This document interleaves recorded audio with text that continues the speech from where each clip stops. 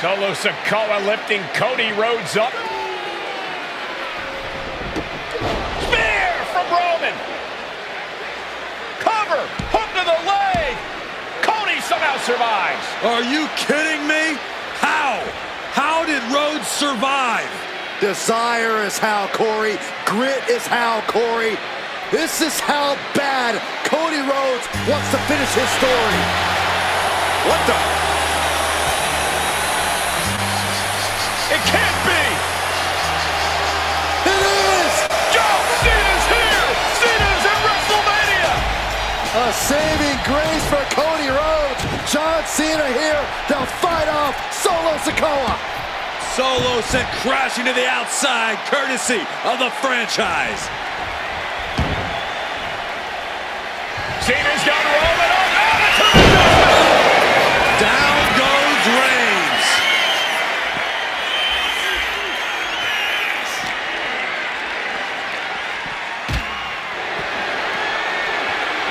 And now John Cena with Solo Sikoa and through the announce table!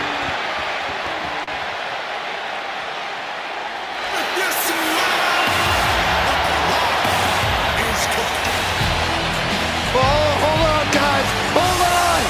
You gotta be kidding me! The final boss is at WrestleMania. What a moment this is. Brings back memories from WrestleMania over a decade ago.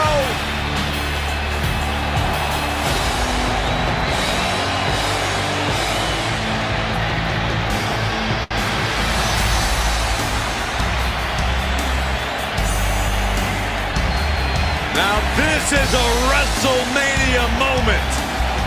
Rock and Cena face to face, feeding off the electricity of this crowd. This is absolutely surreal.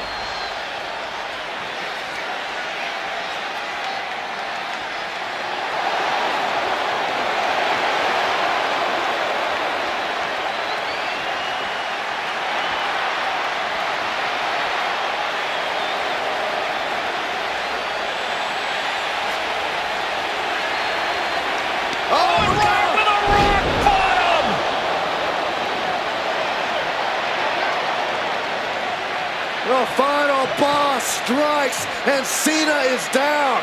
And now The Rock taking off the Mama Rhodes weight belt. He's going to use it against Cody. Oh. No way. No way. Guys, What is going on here?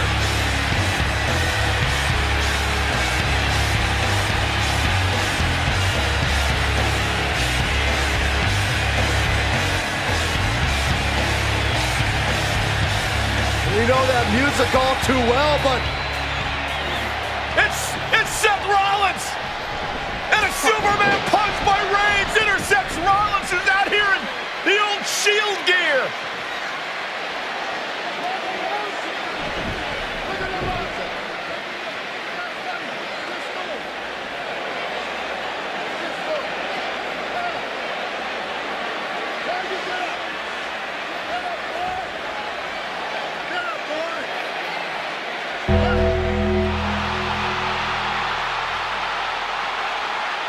Now what?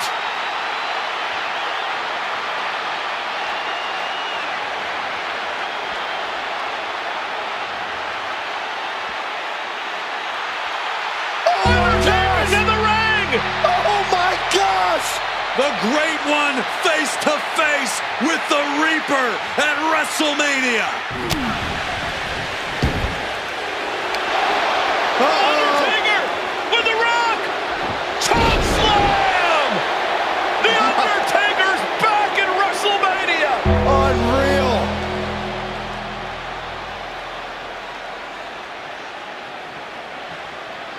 And now Roman Reigns and Cody Rhodes struggling to grab a hold of the steel chair in the ring. Both men struggling to their feet. Roman beats Cody Rhodes. And this could be disastrous for the American Nightmare.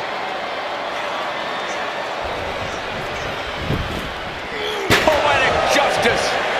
Roman has never forgotten and has... Roman Reigns setting up, looking for the spear to put Cody away. No! Cody catches Roman. Crossroads. And another crossroads. Looking for the trifecta now. Finish the story. Everybody seems to think that WrestleMania 40 was the night the Bloodline ended. But anyone who knows us knows that it's going to take more than one bad night to bring us down. If anything, we're just getting started.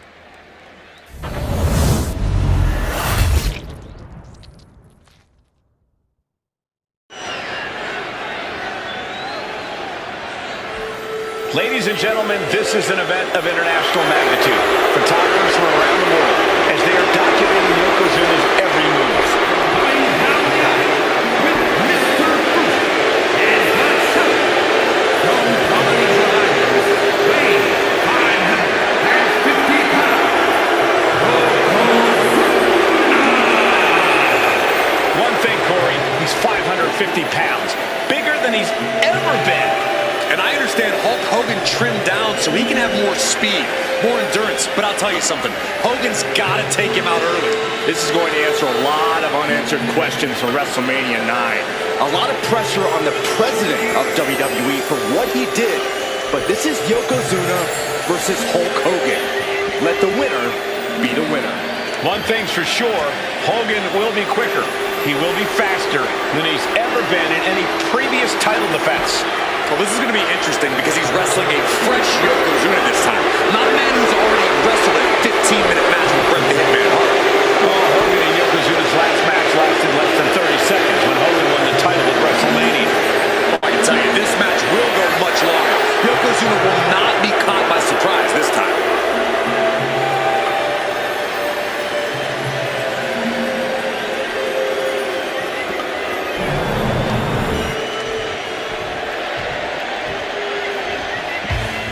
Listen to this! What a phenomenal ovation for the WWE Champion!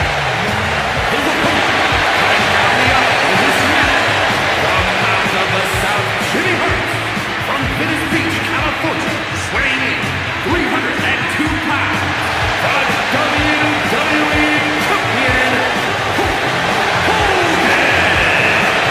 You can feel this facility shake, literally moving. The rafters shaking with the ovation of the WWE Champion Hulk Hogan. Hulk Hogan thrives on these people. He thrives on the Hulksters, the little Hulksters. This is what keeps this man going. Hulk Hogan's relying on the fans. He wants to hear them cheer. He wants to draw strength from them. But Yokozuna's focused. He has not taken his eyes off Hulk Hogan. He is ready, believe me. The Hulkster ready for war, and you can bet, ladies and gentlemen, it will be warfare here. We've been saying for weeks that he is going to be the first man to slam Yokozuna. Oh, nobody slams Yokozuna. We'll see. Hulk Hogan wanted to prove it was not a fluke that he beat Yokozuna. And now, we are going to find out if it was a fluke or not.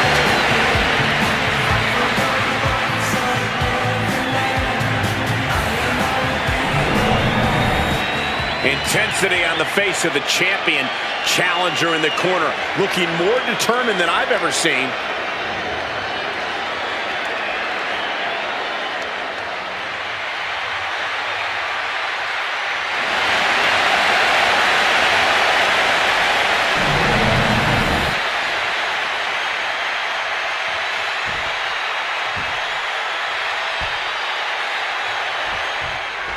Michael Cole alongside Byron Saxton and Corey Graves. Emanating from King of the Ring, 1993.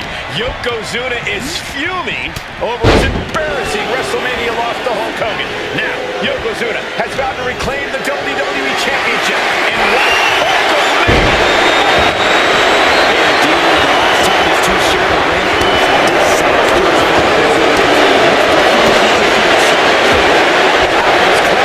And 22 seconds later,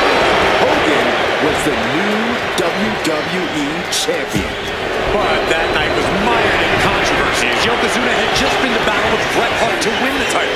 This is going to answer a lot of questions from WrestleMania 9. This is Yokozuna versus Hulk Hogan, and we're going to find out who's the true champion. We know the sold-out crowd here in Dayton is firmly behind the Hulkster. Hogan is relying on the fans. He wants to hear them cheer. He wants to draw strength from all of them. But Yokozuna is completely focused. He has not taken his eyes off Hogan since the bell rang. He is ready, believe me.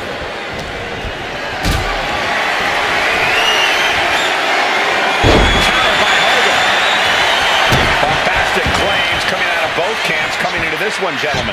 Hogan has claimed in interviews that he will slam Yokozuna's carcass straight through the ring so hard that it will cause a worldwide earthquake. Meanwhile, Yokozuna has kept his comments brief, saying, quote, Hulkamania will die. Hogan, you're going down. We'll see which man's predictions come to fruition as this match rolls on. Yokozuna engaging in warfare with the Hulkster. The Giant knows this may be his last chance at the WWE Championship.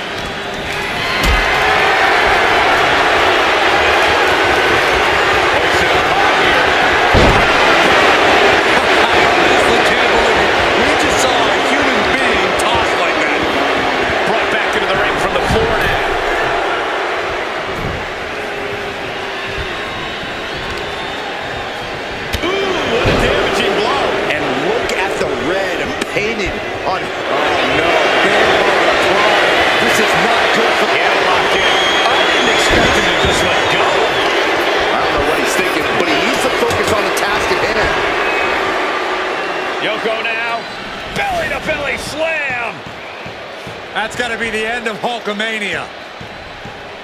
Jimmy Hart trying to rally. And a kick out by Hogan with authority. Hulk Hogan's not done yet. Hulk Hogan is coming alive. Yokozuna back to his feet. Big chop to Hogan. And Hogan's starting to hulk up here. How many times have we seen this over the years? These massive strikes from Yokozuna having absolutely no effect on Hogan. Hogan fired up. Hogan's ready to go. Hogan feeding off the energy of all the Hulkamaniacs. And here comes Hulk. And Yokozuna being backed up to the ropes. Big boot. I can't believe Yokozuna's still standing. Hogan continuing to pour on the offense. A second big boot, but Yoko still on his feet. Don't let up, Hulkster. Keep swinging, keep firing away.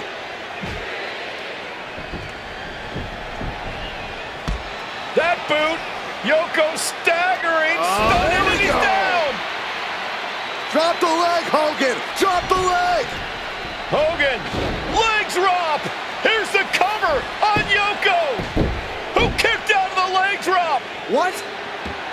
Get Mr. Fuji out of there. Hogan feeding off the energy. Wait a minute. What is that photographer doing on the apron? There's a match going on. What the heck? What was that? What in the world just happened here?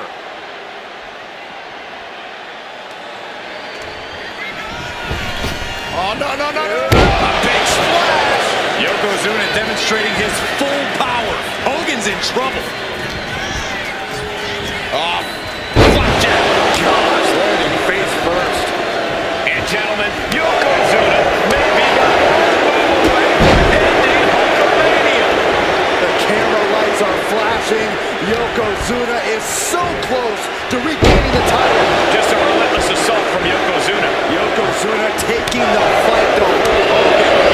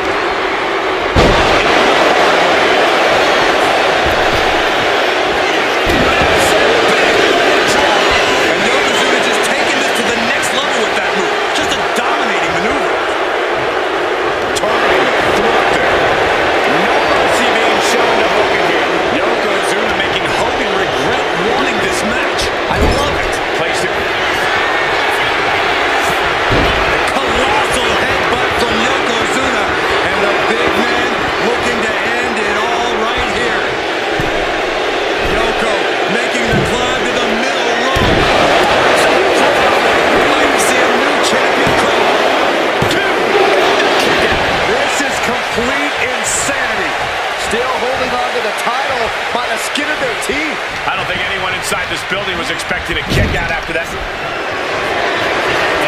Headbutt by the big man.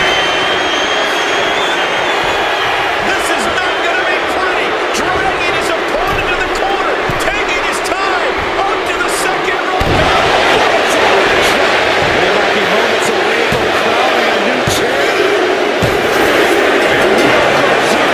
Once again, champion. I can't believe it.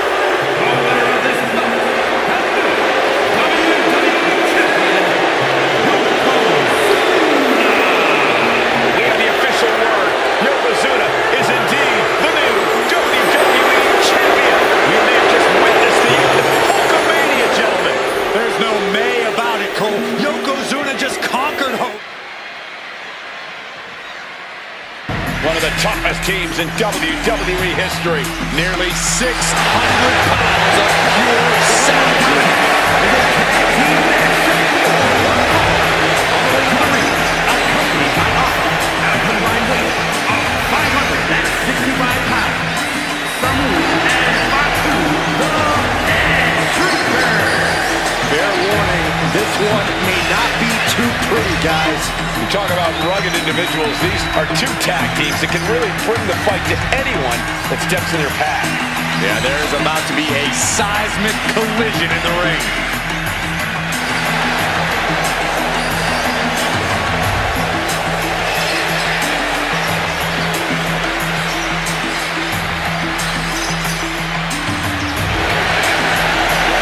This match means so much to the Steiners and to the Headshrinkers.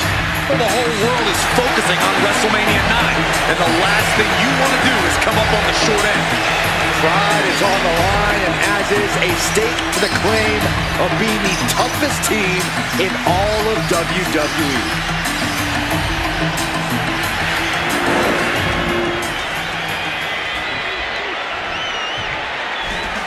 The Steiner brothers getting a tremendous ovation here in their first WrestleMania, and we'll see if they can carry on Michigan's winning ways. And their opponents at a combined weight of 531 pounds. Rick and Scott, the Steiner Brothers. The Steiner brothers are one of the most promising tag teams we've ever seen in WWE. But Samu and Fatu are looking to stomp out any of that promise right here at WrestleMania. Let me warn the WWE Universe right now. This is going to be a brutal match. Just two heavy-hitting tag teams going at it. Physical, smash-mouth wrestling.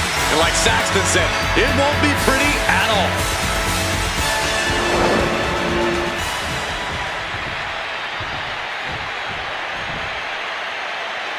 WrestleMania 9 rolling on with a potential show-stealing match, guys. Two very hungry tag teams facing off. Indeed, Michael, the Headshrinkers and Steiner brothers are both new to the tag division in WWE, but both teams are off to an amazing start so far. You have to imagine whichever team wins this high-profile fight becomes an instant top contender for the tag team championship. And with two teams this physical on such a big stage, it is indeed going to be a fight. And a well-executed move we just saw there. WrestleMania 9 shaping up to be a big night in the tag division, guys. Indeed it is, Michael. Two great young teams competing now. And later tonight, none other than Hulk Hogan will lead the Mega Maniacs against Money Inc. for the tag team titles. Oddsmakers in Nevada have the smart money on Hulk Hogan leaving Vegas with the gold tonight. There may be an abundance of togas in the arena today, but you're not going to see a lot of Greco-Roman wrestling out of the Headshrinkers. They're just looking to hurt the Steiners. And that actually may help Samu and Fatu here. The Steiner brothers have earned most of their wins by utilizing their amateur wrestling skill set. I can't imagine they'll get many grappling opportunities against dedicated brawlers like the Headshrinkers. The whole world is focused on WrestleMania 9 tonight. The last thing you want to do is come out on the wrong side of a match like this. That's right. A big win at WrestleMania means a big boost in the tag division and a substantial winner's purse. I don't think the Headshrinkers concern themselves much with the financial matters, Saxton, but they are dead set on proving they're the toughest dudes around. Power slam. Good night. Momentum moving towards Samu's corner. The head shrinkers smartly keeping themselves out of the grasp of Rick and Scott Steiner. There is a method to the madness of the head shrinkers. Working the midsection there. Oh dear, this doesn't look good. Ouch. That's one way to get your opponent out of the corner.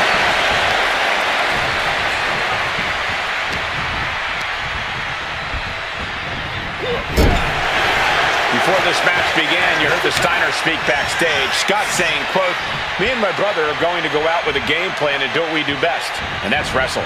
That's all well and good for the Steiner brothers, but Alpha has gone on record saying that his men are looking to tear Rick and Scott's heads off. Tag made. Here we go. Oh, right into a counter. Fatu combats out of that.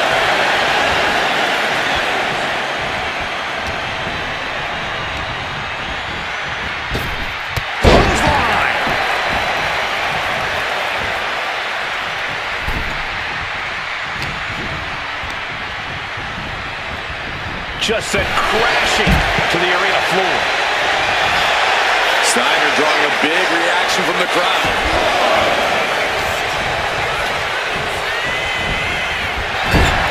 And we are really seeing the amazing skill sets of all four men in this tag team showcase. We already knew about the brawling of the head shrinkers and the grappling of the Steiners, but men as big as these four behemoths should not be able to fly around the ring like they have thus far. It is made for an extremely hollow, guys.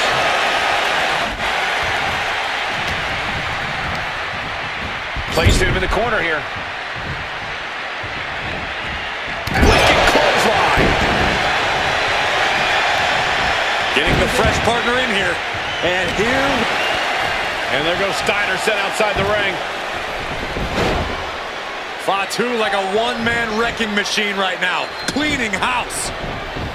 Oh, look at this, the power by Scott Steiner.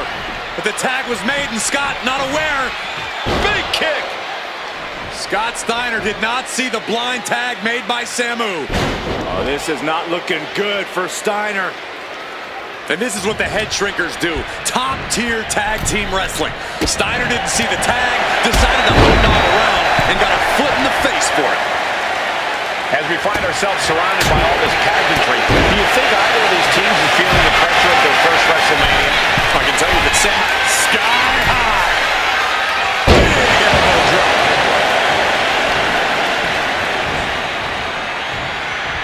Oh my gosh, what impact.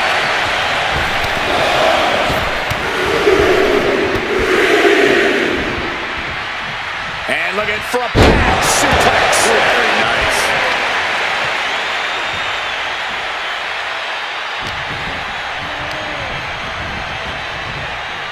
pulled back into the hip toss. Boom, running FTO plants him. Nicely done. Scott getting worked out right now. Seeing some high-impact offense from Samu and Fatu thus far. I'm not sure the head coach is even going for the big Come over the leg cover. That might be it. Oh, man, this could really come back to bite him in the end. Wicked roundhouse kick. He gets sent right into the corner. Tag. Double team coming. Driven down face first. That's it. No way the Steiners come back now. Boom! Oh, my God.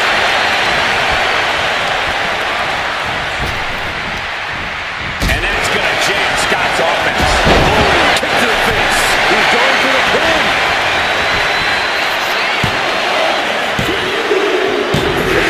And the head shrinkers get the win. Here are your winners, Samu and Fatu, the Shrinkers. And what a huge win for the head shrinkers tonight. Samu and Fatu making their family proud and proving themselves as top contenders in the tag division.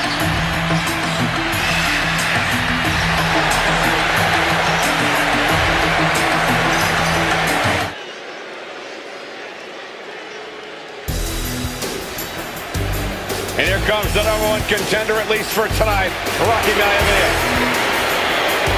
The following contest, scheduled for one WWE Intercontinental Championship. Making his way to the ring is the challenger from the South Pacific, weighing in at 275 pounds, Rocky Maivia. A blue chip talent with a bright future.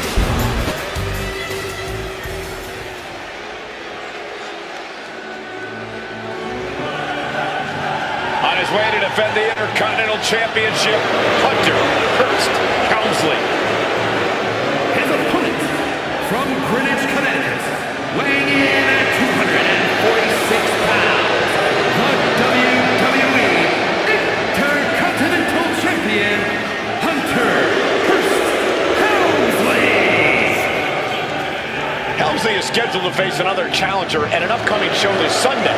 He's taking the risk, stepping in here against a newcomer, Rocky Maivia.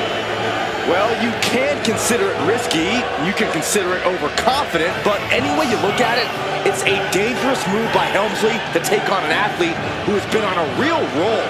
Rocky Maivia has been successful thus far in WWE, and Rocky is focused. Rocky is only thinking about tonight. Saxton, just curious, have you ever exercised your right to remain silent? I am tired of all this talk about Rocky Maivia. Yeah, he's been on a roll, but it could all come to a screeching halt tonight at the hands of Hunter Hearst Helmsley.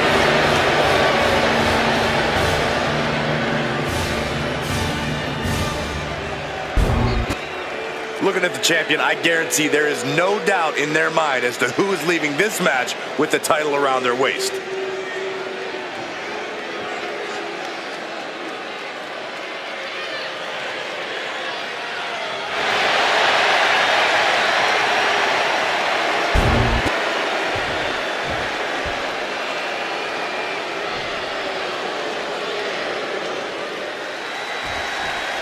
The Intercontinental title hangs in the balance. Tonight in a match between our refined champion, Hunter Hearst Helmsley, and the young challenger, Rocky Maivia.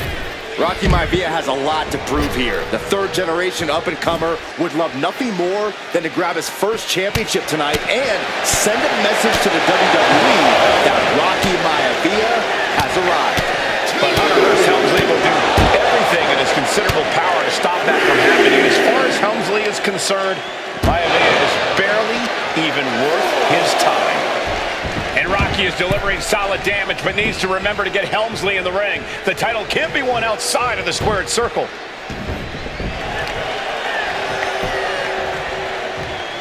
Counters right back on Rocky. Intercontinental Championship at stake right here in Lowell, Massachusetts. We're expecting an emotional night for all of us, considering that Shawn Michaels will forfeit the WWE Championship live tonight. Yeah, I saw a very dejected HBK earlier today. I couldn't even get him to crack a smile at all. Well, that's just because no one's ever happy to see you, Saxton. Uh-oh. One step ahead there.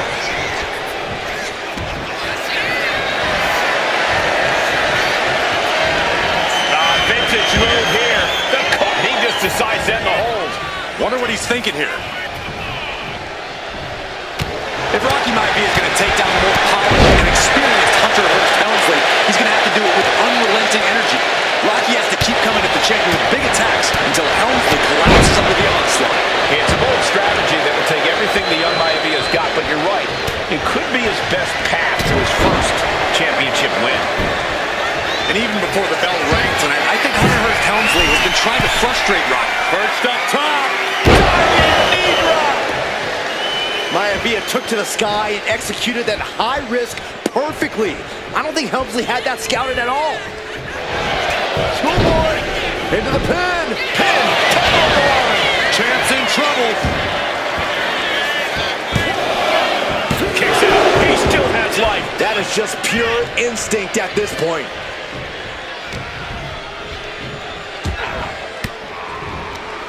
Rocky beats him to the punch. Hunter whipped into the corner. Nobody home. Rocky hit hard. And now Hunter looks to take over this match.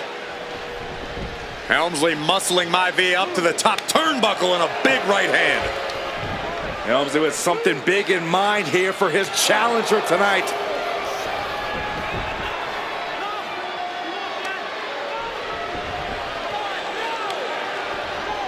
Well, this is just blatant disrespect from the arrogant champion. Almost daring Rocky. Hey, you really want my title? You really think you're going to be Intercontinental Champion? Up to the top. Hooking Rocky into a superplex. This could be it. Can Hunter capitalize? This could be it. Hook to the leg and a cover. And Rocky stays in it, getting his shoulder up. Still not enough to put out the flame of Rocky Maivia. Hunter has to be asking himself, what else do I have in my arsenal? And I think we may get our answer, gentlemen. Yeah, it's just a matter of time, I believe, before this one's over. Hunter hooking Rocky, taking his time, looking to put him away. Maivia just collapsed. This just shows you how much damage Hunter Hearst Helmsley has inflicted on the challenger in this matchup. I think Maivia's done. Official might want to step in, call this one. The official checking on Rocky. Hunter Hearst Helmsley believes this is close to being over. Lifting him back up again. Rocky rolls through. Shoulders down. Rocky wins the title. Rocky Maivia has shocked Hunter Hearst Helmsley. Here is your winner, and the new Intercontinental Champion, Rocky Maivia. We have a new Intercontinental Champion.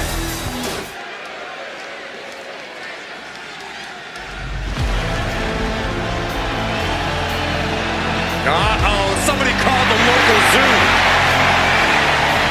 The following contest is scheduled for one fall and is a steel cage match. Introducing first, from Detroit, Michigan, weighing in at 275 pounds,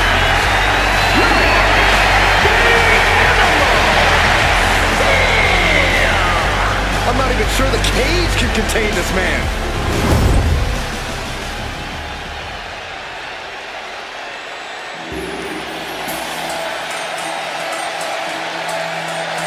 And strolling down the aisle, the opponent of George Steele, Peter Maivia. Always a chaotic matchup. his opponent from the Isle of Samoa, weighing in at 275 pounds,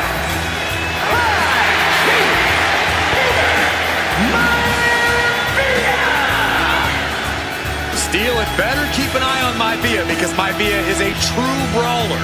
Few men can handle the chaos of the animal inside a steel cage, but I believe the High Chief is ready.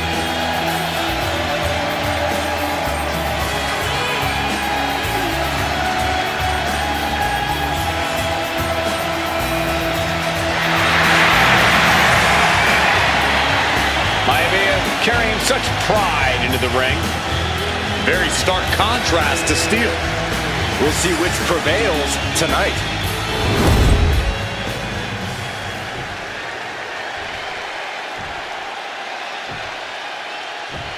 Steel cage match underway. Peter Maivia versus George the Animal Steele. Most of the matches between Peter Maivia and George Steele have ended inconclusively, but this time we'll have a winner.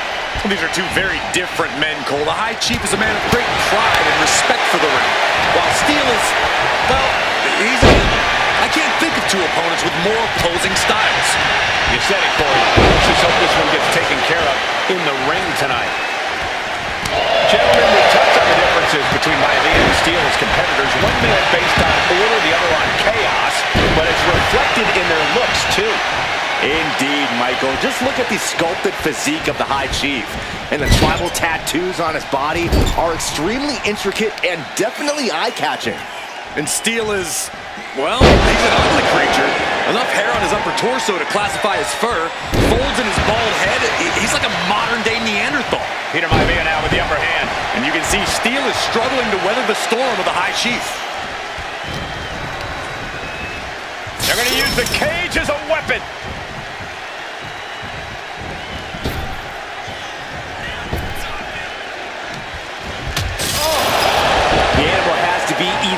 to be in this steel cage against one of his biggest rivals, no less. Yeah, but you've seen the against Peter Maivia before. It was against the rules. You've got to be prepared for Steel to get even crazier. Oh, Maivia's prepared, all right. The man is extremely tough and agile. In fact, the High Chief's entire body can be considered a weapon. We've seen that Steel isn't above using a foreign object to gain the edge against Maivia. From the heavens, Big-time splash! He's completely dominant right now, refusing to let up. yeah, Maivia has really figured the animal out here. To the sky. Consecutive high-risk maneuvers, and the pace of this match has certainly picked up. Climbing up the cage now. Not an easy climb, even when you aren't in the middle of a match.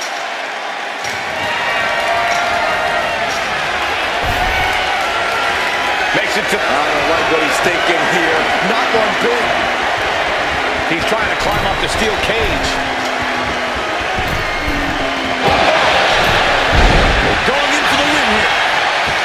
Quick shoulder up. We're well into the match, and he still seems so fresh. It's almost unbelievable. Being carried around now.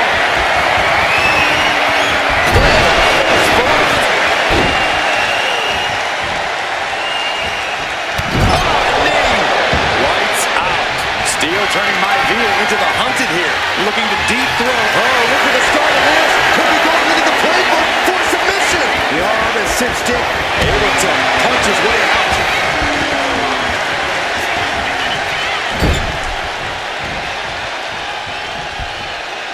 Punishing the targeted area of the arm. Oh, how painful. When a man like Peter Maivia signs up for a match with the animal, he doesn't know what to expect, just to expect anything in the ring. Peter Maivia knows full well that he's in for some unusual treatment tonight.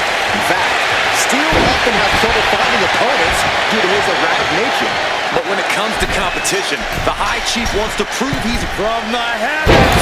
Splash from the top. Just a nasty headbutt. Peter Maivia is looking unstoppable now. A series of disabling maneuvers from Peter Maivia.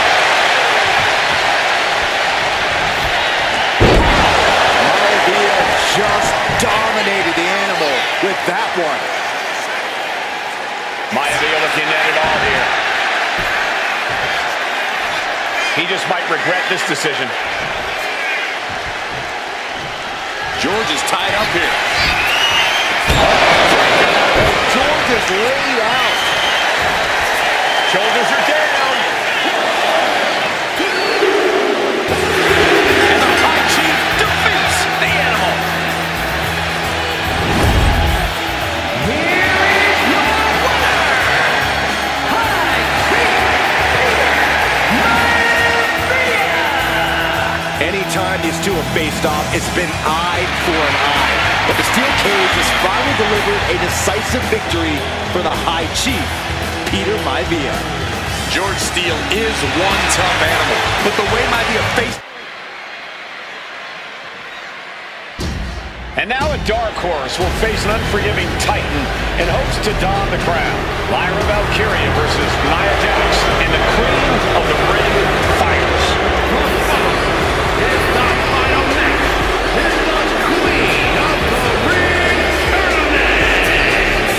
Introducing first, from San Diego, California, Nia Jax. I cannot wait to witness what unfolds here. The irresistible force has been on a tear recently. And Nia believes the crowd already belongs to her. Will Jax's menacing presence and sheer power be too much for Valkyria to overcome?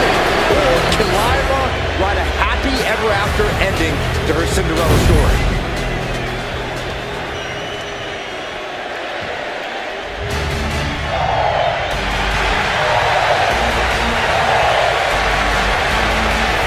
Lyra Valkyria fancies herself a Morrigan, which is an Irish goddess of war. As they were on the battlefield, they used to take the shape of ravens to fly around and decide who would live and who would die. That is what Lyra Valkyria is bringing to the ring here tonight.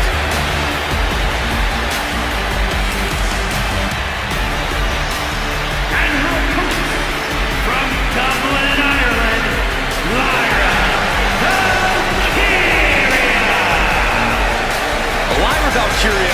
have read a little too much fantasy in her day. And now is reality. Lyra Valkyria is about to go toe-to-toe with a real-life, fire-breathing dragon in the form of Nia Jax. Nia Jax, who's in the best physical condition of her career, tonight will make someone. Will it be Lyra? Will it be Nia? We'll find out in a matter of moments. And guys, you win the crown. Guess what waits for you in August?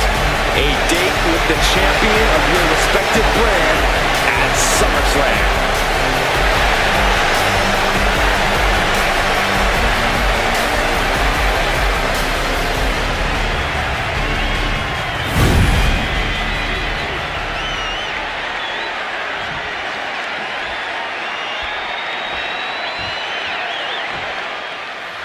And there will be a corner.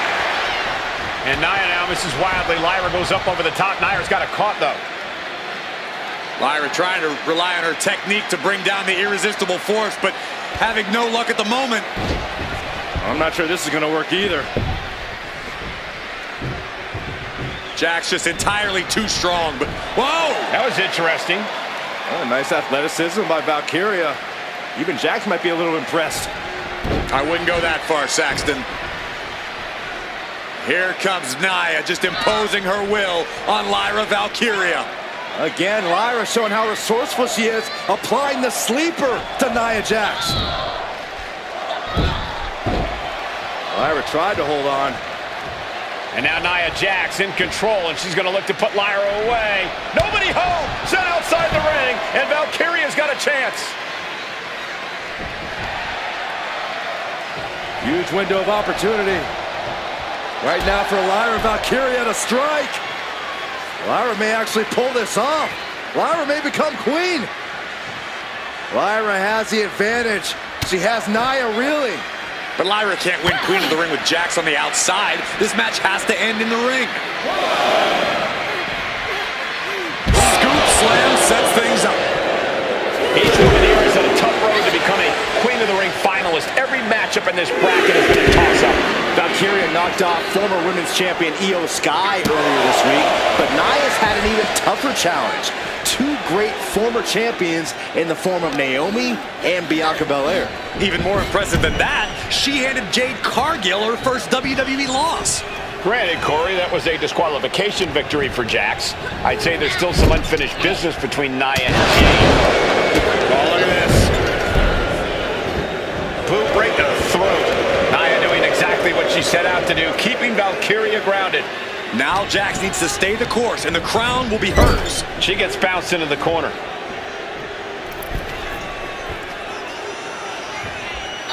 Stuck in the tree of woe. They are doing whatever they please. Many in the WWE Universe getting their first look at Lyra Valkyria. She's only had 3 main roster matches so far, and they were all in this tournament. Big wins over Dakota Kai, Zoe Stark, and Io Sky over the last 3 weeks. That's an extremely impressive start for Lyra. Wow, undefeated for 3 weeks? When Nia Jax joined the main roster, she didn't lose a match for over 7 months. And Jax has stayed that dominant for years.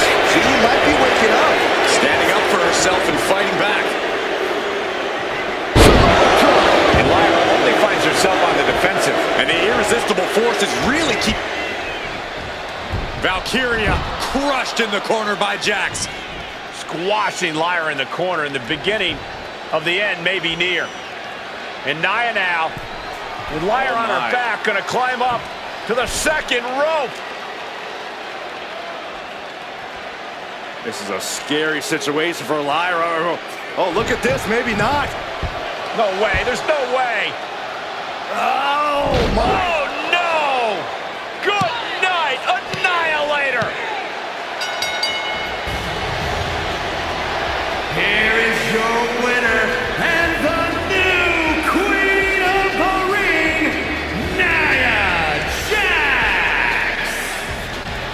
What a victory to the brand new Queen of the Ring! Nia said she would do it, and she backed up her claims. And now the Chief Content Officer of WWE and Triple H going to come in to congratulate Nia Jax. officially crown her the Queen of the Ring. Absolute dominance by the new Queen.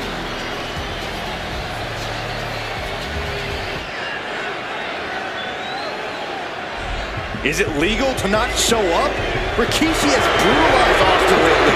Austin will be here, Byron. I just refuse to think anything else. The following contest is scheduled for one fall. It is a no-holds-barred match. Introducing first, from the Isle of Samoa, weighing in at 424 pounds, We have learned more about Rikishi in the last couple of weeks than we knew about him his entire career here in WWE. He said he ran over Austin not for himself, but for the ride. Right, and now he's coming out here, and I guess if Austin doesn't show up, the general manager is going to have to come out here and declare this is a forfeit, and Rikishi's going to win it. This man makes me sick.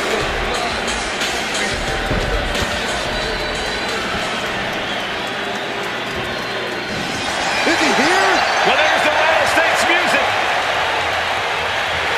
He's here. Austin's here. Stone Cold Steve Austin came here with no fear, no hesitation, just revenge. his opponent from Victoria, Texas, weighing in at 252 pounds, Stone Cold Steve Austin! Austin fought for his life to make it back here, to make Rikishi pay. Now there is no way Rikishi can escape the Texas Rattlesnake. It's been almost a year since Austin competed in the ring. Austin is a man possessed. Rikishi feels good about running over Austin and said he'd do it again. That man is sick. Oh, Rikishi made two mistakes. One, trying to end Austin's life. And two, not being man enough to finish the job. Austin's going to absolutely tee off on Rikishi. This one is going to get ugly in a hurry.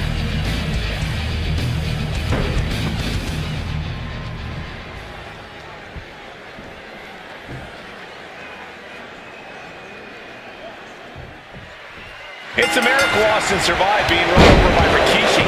Now a pissed off Texas Rattlesnake is on the loose and out for revenge. It took Austin almost a year to recover from the injuries he suffered in that heinous attack. You can't blame Austin for the damage he inflicts on Rikishi tonight. Byron, a lesser man wouldn't have survived. Stone Cold promised that Rikishi's days of walking above ground are over. This is no holds barred. And looking at my monitor, it just makes me sick to my stomach watching Rikishi. This is a man who has no remorse and feels justified for running Austin down like a dog. Look, to be devil's advocate, you've got to look at Rikishi's perspective. He's proud of his Samoan lineage and saw an opportunity to give his people a leg up in the Shark Tank that is WWE. Oh, are you serious, Corey? Rikishi ran over another human being. We're fortunate that it only put Austin on the shelf for 10 months instead of his whole life. It's sick that you would even condone what Rikishi did. Don't twist my words, Saxton. I'm not saying I condone Rikishi's actions. I'm just saying I understand them. Now Rikishi has the firm upper hand. No one holding Rikishi's family down now, taking out all those years of frustration on Austin here. And Byron, I just cannot see any legitimate reason to run over Stone Cold like Rikishi did last Survivor Series. I mean, Austin does ruffle the feathers of a lot of people, Michael, but I don't think any of his rivals would go to the disgusting lengths that Rikishi... That puts an end to that, thank goodness.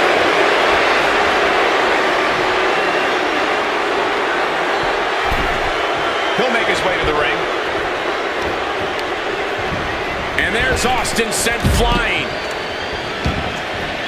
Exiting the ring, taking the action outside. Boom, what impact. We talk a lot about Austin being prepared for a fight. Talk about the Rattlesnake preparing to make Rikishi a dead man. Well, right now it's Rikishi doing the brawling. Rikishi's disdain for Austin looks greater than even we anticipated. Austin and Rikishi trading heavy artillery on the outside, and here comes the Rattlesnake. Stone Cold Steve Austin fired up and revenge on his mind. You got to think about how bad Austin has wanted this ever since Survivor Series last year. Been dying to get his hands on Rikishi. All of that venom, all the vitriol inside of Austin being unleashed on Rikishi right now. Remember, this is no holds barred. Anything goes. Austin has Rikishi down. The rattlesnake is red hot. And do you hear this capacity crowd? They want more from Stone Cold. All but he wants to see Rikishi get beaten down like a pile of human filth. And Rikishi with a counter. Scary mindset for the rattlesnake. Austin has scattered pictures of Rikishi all over his home. Said that every time he looks at Rikishi, he's looking at a dead man. And Rikishi taking that as an empty threat.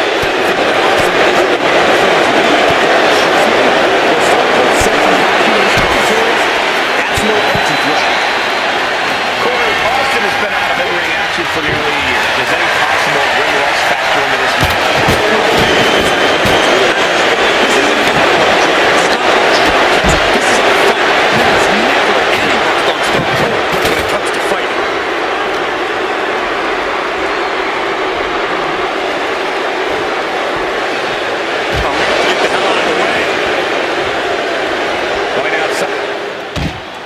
Rikishi slows Austin down with a thunderous right. Austin's in trouble. And now steel chair. Oh, and Austin, he just averted disaster there. And now Austin gonna deliver the punishment with the steel chair.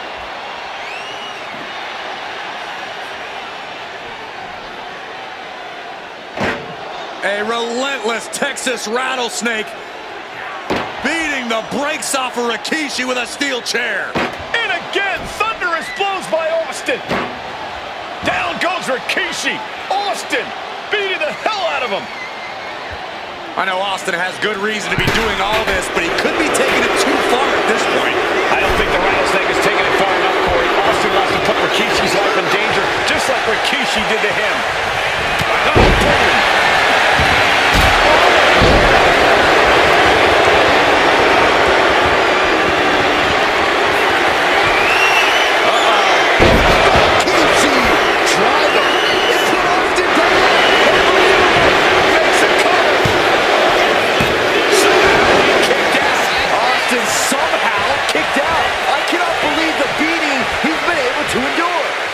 Be demoralizing knowing you've unleashed your best shot on your opponent to no avail.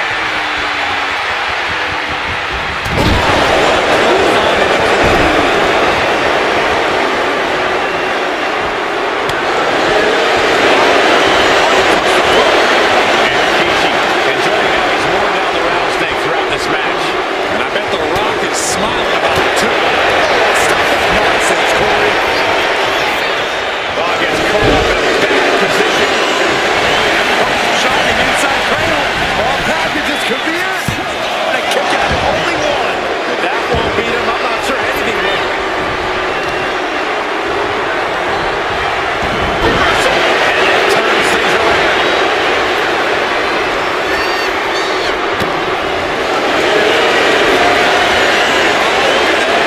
There's no way in hell Stone Cold Steve Austin's gonna tap out. I'm not sure that's going to be the case. Austin could be favored. He gives it. He taps out.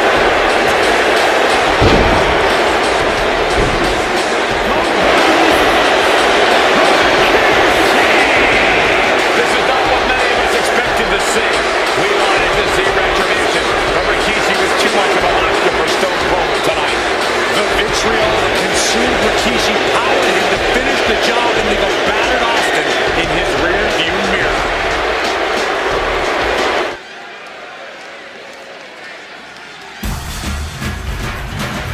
Well, ladies and gentlemen, here he is.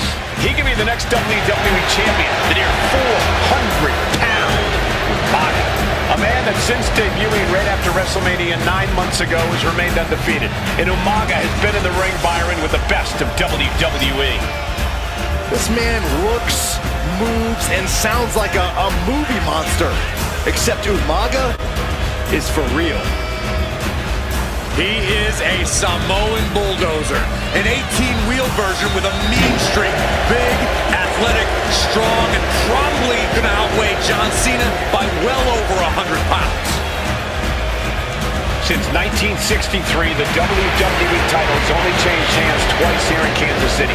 That's twice in the last 47 years. But Umaga is a scary human being. He can easily change that trend right here tonight.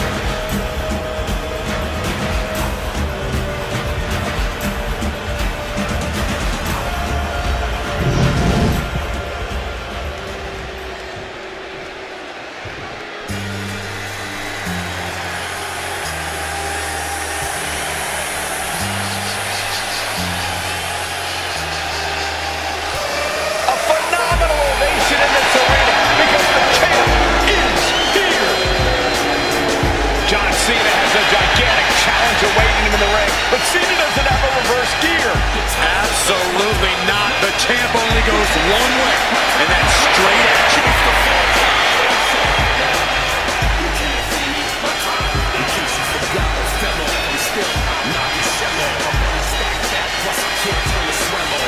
John Cena, a three-time WWE champion, the handler of Umaga, Armando Estrada, trying to control this undefeated challenger. Once the bell rings, these two are going to go at each other full force.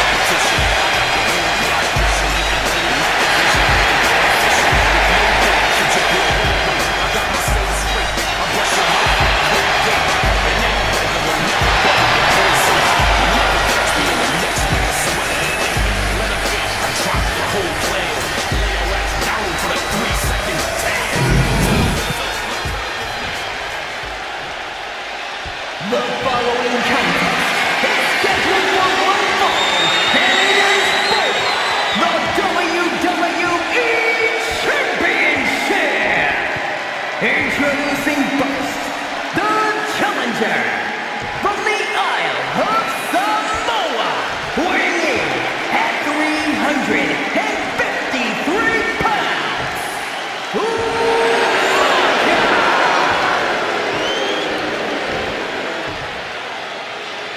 And from West Newbury, Massachusetts, weighing in at 248 pounds, he is the WWE Champion, John Cena!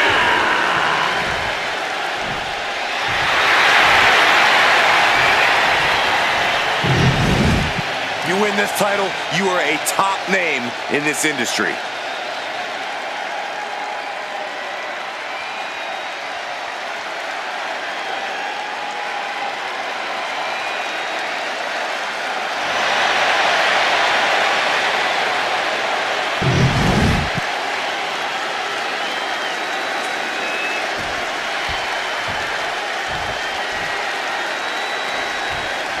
Here we go with the WWE Championship on the line. John Cena versus the Samoan Bulldozer Umaga. Big fight feel here in this building. The undefeated Umaga has set his sights on Cena, and there's nothing left standing in his way. Umaga doesn't just want to beat John Cena. He wants to obliterate him like he has all his other opponents. But this is John Cena we're talking about. If anyone can stand up to Umaga's brutality and power, it's him. Cena's getting to fight to defend his title with everything he's got.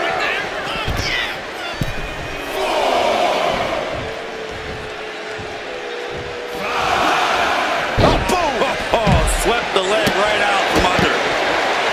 And don't expect much of a wrestling match in this one. Expect more of a brawl. This is not going to look pretty. It's going to get ugly. This is two trains on a track to a head-on collision. Toe-to-toe, it's going to be bad. It's going to be bloody. And it will come down to who wants it more. Stamina is going to be a key factor in this match tonight. Can Cena weather Umaga's vicious attacks? Can Umaga keep up the offensive pressure as Cena drags this into deep waters? I think you're right, Cole. This might just come down to who has more gas in the tank. And now thrown back into the ring.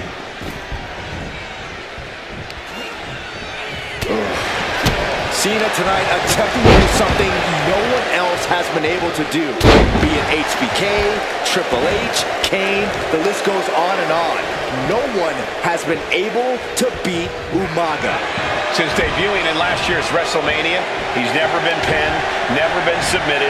Umaga is a man who's decimated every single thing in his path. It's not hyperbole to call him a dangerous and deadly savage. Umaga proved to be a relentless super heavyweight, determined on becoming the WWE champion tonight. Taking over! Going for the win here! Great shoulder up for the title. New champ. Powering out and run. Strong kick out, but you have to wonder if he can keep it up.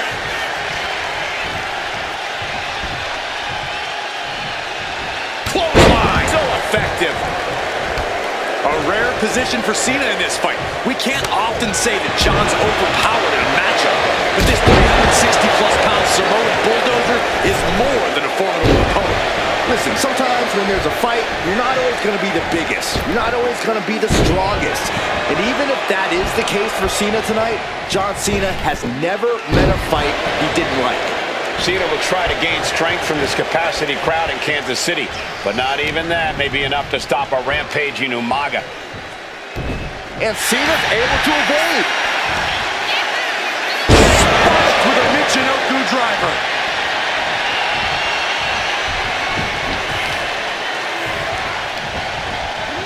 Oh, Cena got caught with the reversal.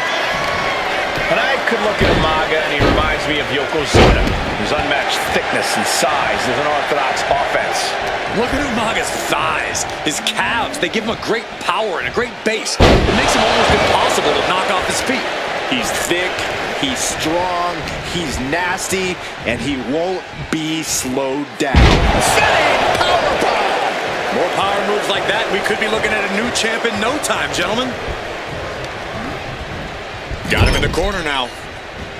Caught him right in the jaw. Ugh, what a shot.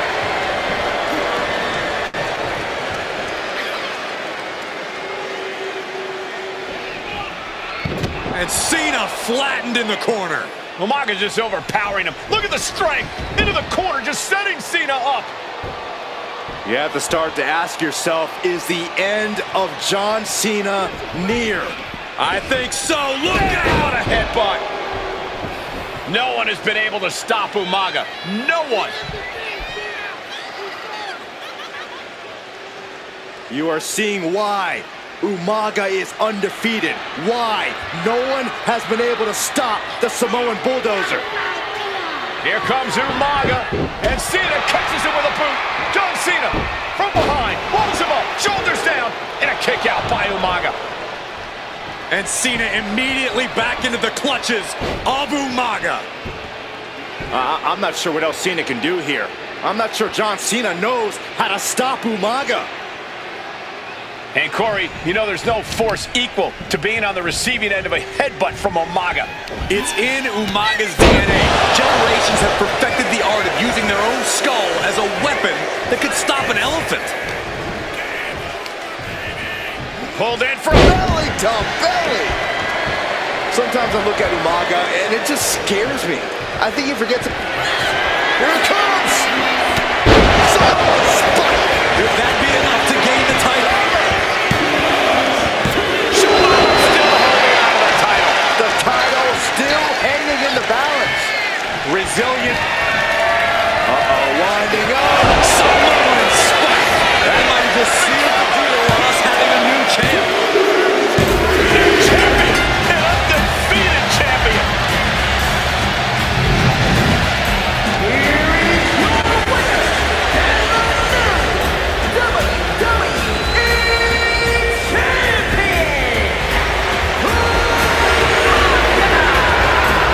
This proves it. Truly no one can withstand Umaga, the Samoan bull.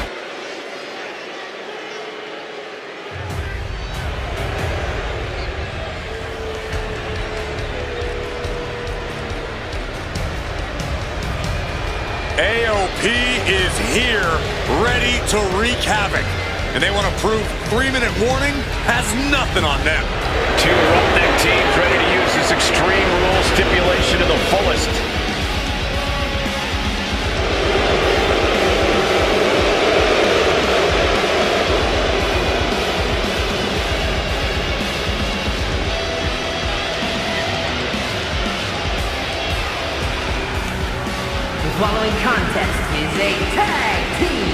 Extreme Rules Match. And accompanied by Paul Ellering at a combined weight of 620 pounds. Akon and Razor, the authors of pain. AOP look unintimidated by the task at hand. They are totally prepared for the merciless tandem of 3-minute warning. You know, there's actually a lot in common between these two teams in terms of tactics and physicality.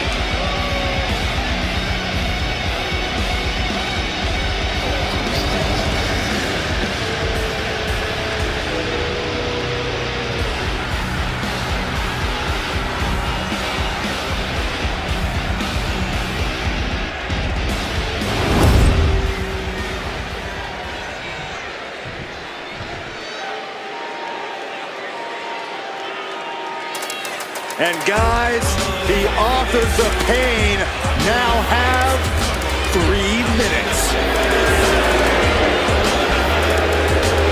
This at a combined weight of 770 pounds. Rosie and Jamal.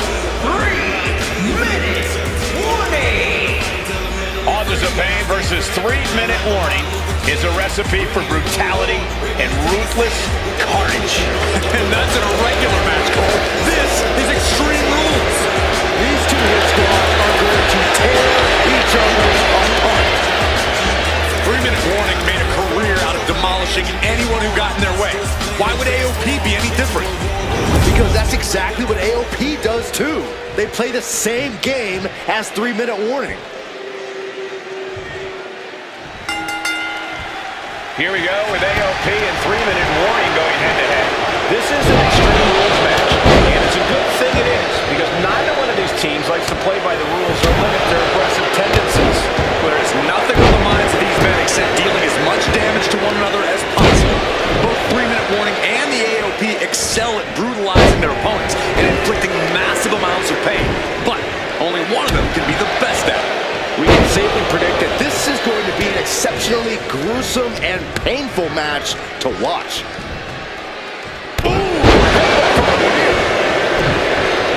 Rosie and Jamal tell their victims that they will feel the 3-minute warning. What does that mean, Corey? Well, it means a lot of superstars will get run over by the pain train, and it's only going to feel like the longest 3 minutes of their lives. When you're as big and strong as Rosie and Jamal, that's how quickly it can be over. AOP and 3-minute warning both love to bring the pain to their opponents, but I'm not sure AOP's ready for the pure chaos that is 3-minute warning. That ability to be totally unpredictable could play in 3-minute warning's favor. Interesting point, Corey. AOP likes to slowly grind their opponents into dust, but 3-minute warning are always looking for a quick, dominant win. You have to be in peak physical condition to pull off a move with that much weight behind it.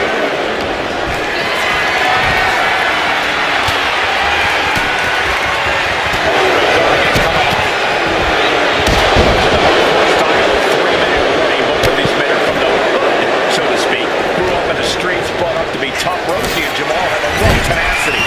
A duo that couldn't care less about headlocks. They're just all about beating the hell out of you.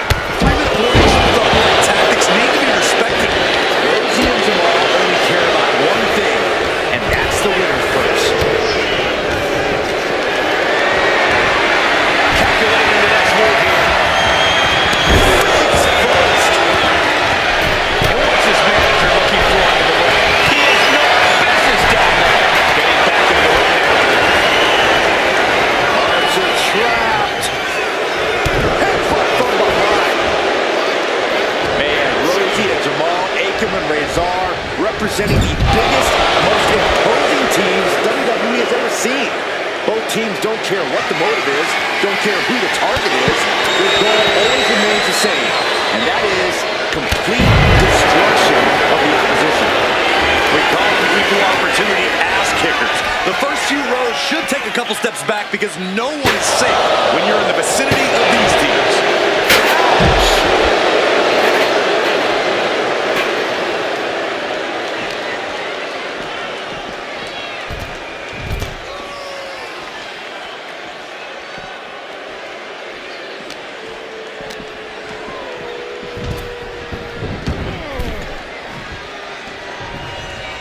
And he's pulled the ring apron up, looking under there for something. It's a table. Scheming, but it can't be good. Just look at the size of all these superstars. The ring had to be reinforced before this match. Over 1,300 combined pounds colliding. These men are so big and so thick, it's a challenge to wrap your arms around. It's really just best to find weapons and whack away. Yeah, and there's plenty of weapons to choose from tonight. Scoop slam. Oh, and a clothesline.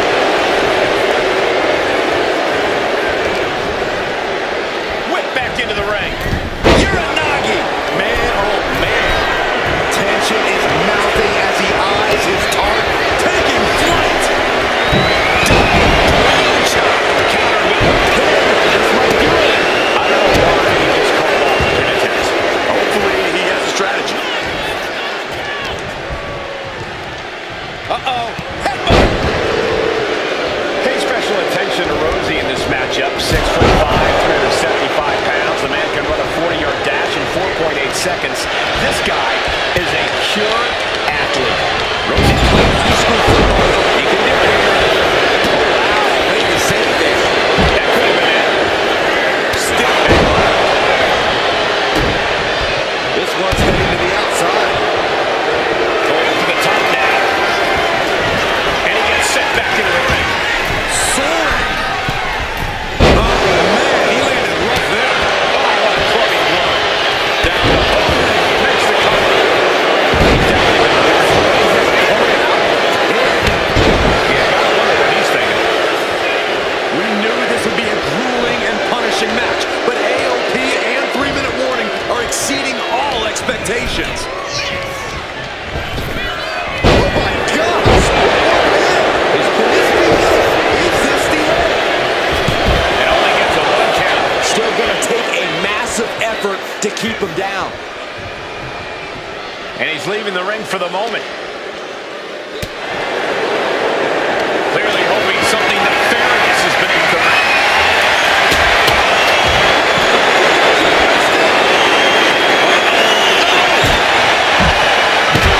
Looks like he knows that he who laughs last is the one with the sledgehammer.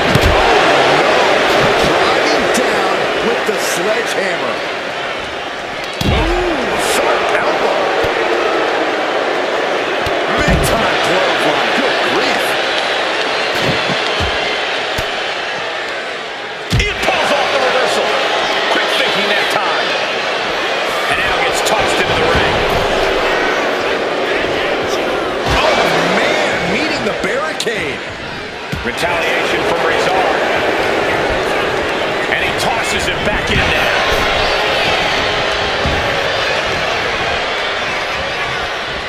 Launched with a belly-to-belly.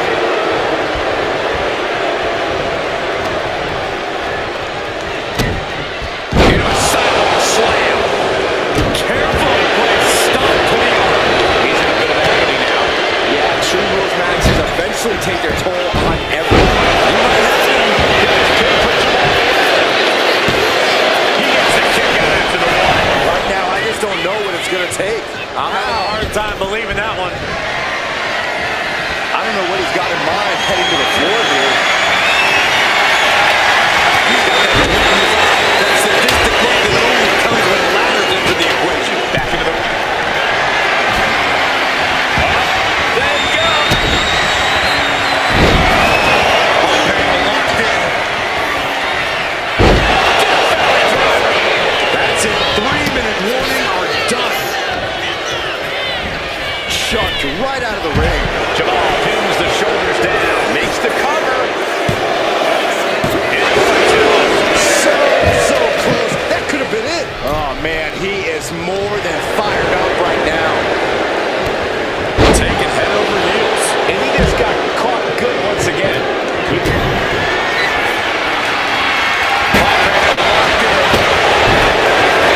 This is a real emerge at this point. Yeah, he could really use a miracle right about now. Lariat. And now he's going to the top rope. Here he comes, sliding back into the ring. From way up top.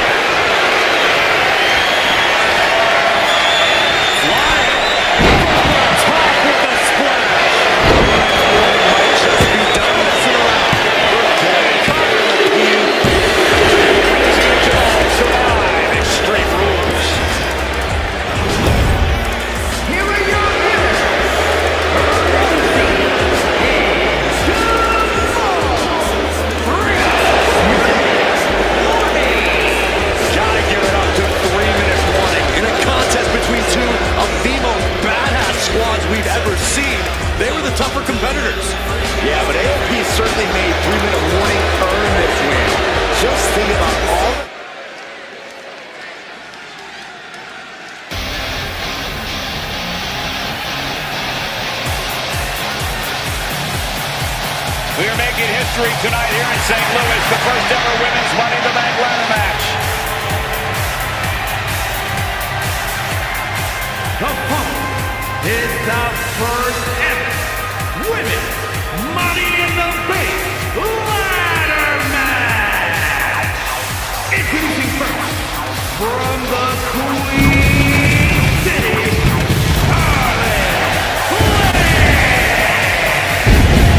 Charlotte Flair looking to become a Triple Crown champion. Every title, every opportunity she has put in front of herself, she has seized. This is a night where careers change forever. You're right, Cole. You can feel it. Legends are going to be made. Careers defined. Hearts broken. This is Money in the Bank.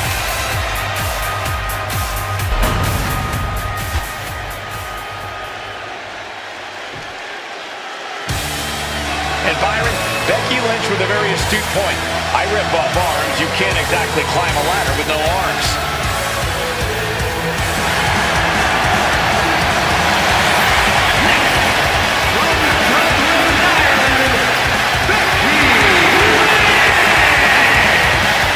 To add to that, Michael, I talked to Becky earlier and I asked, are you nervous about this?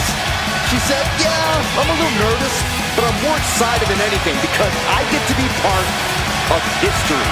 Becky Lynch, the first woman drafted to SmackDown. First SmackDown Women's Champion. Can she become the first Miss Money in the Bank? You can feel the excitement the moment they brought out the ladders before this show started. There is a big fight feel right here in St. Louis.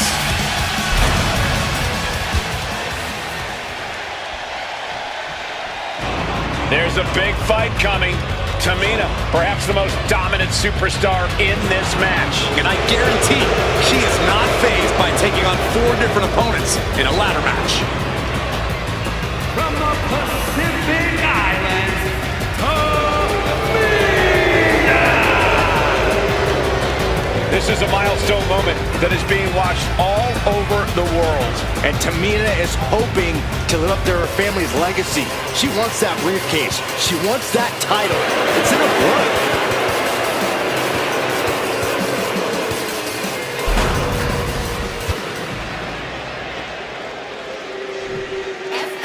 Mella is money, and she is as confident as ever.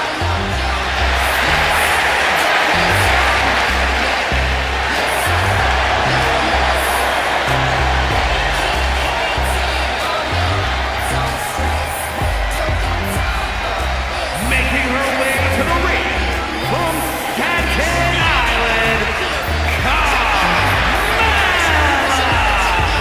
Byron, Carmella's made a couple of good points recently, saying, I was the last woman drafted in the WWE draft last summer. How big of a chip is on her shoulder? Well, she's got a huge chip on her shoulder. And also, don't forget, Carmella has had some major victories lately, so she has all the fuel you could need heading into a match of this type.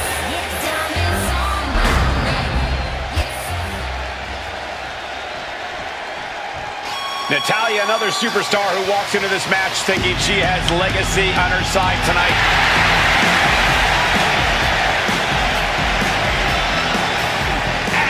from Kentucky, Alberta, Natalya. Every last woman in this match has chased this opportunity so fiercely. They have chased the championship, perhaps none more so than Natalya.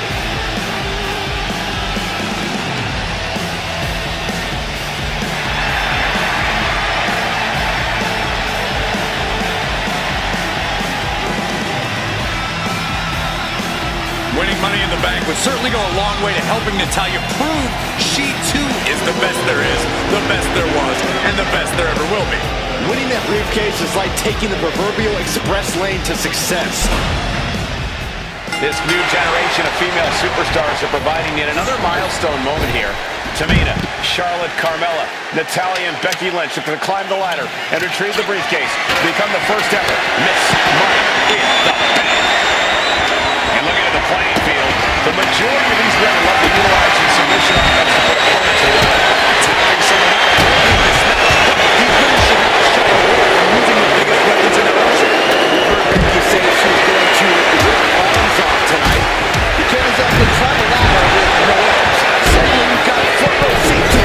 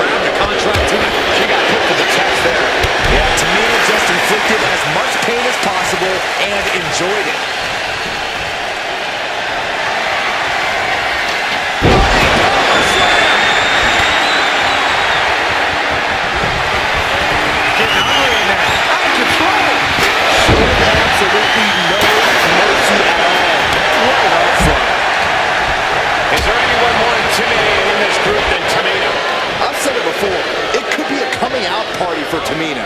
This is her time to live up to her family's legacy. If Tamina gets the contract, it guarantees her first title opportunity in over 2 years. More than an opportunity, it pretty much guarantees Tamina will become the next women's champion. And Tamina's confidence must be low after that attack. Nice reversal by Charlotte Flair. Charlotte driving Tamina, and both tumble to the floor. Both women crashing down hard. The Queen, Charlotte Flair, the first to her feet, surveying the situation. Oh, my! Tamina into the steps. Well, you are seeing a heightened level of aggression, heightened level of intensity from all these competitors because of the stakes involved. Guys, where's Charlotte going? Flair looking to up the ante now from the top. Oh, my goodness, taking out everybody. The Queen rising to the occasion. What you just saw is why we say Charlotte is genetically superior. Undeniable athleticism from the Queen. Can it pave her way to the top of the ladder? 3 seconds in the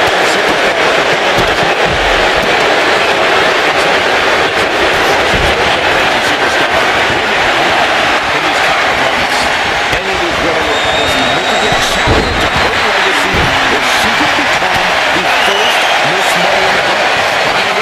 Seems to be struggling a bit up there. Obviously, this is about more than just a win here. Now, this is about sending a message, Saxton.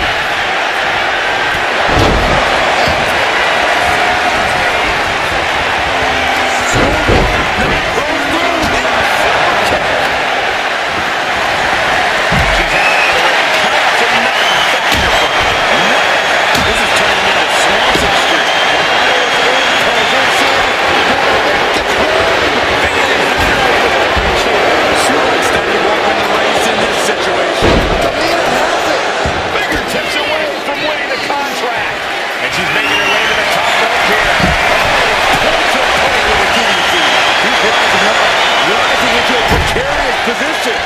Here we go. And of course, kendo sticks are always available in the event of any road ninja attacks. That's a outrageous move. Briefcase still hanging high. This is what it's all about. The opportunity of a lifetime. What are you willing to do? How much can you sacrifice to be the first Miss Part of the match, you really can't expect anything less.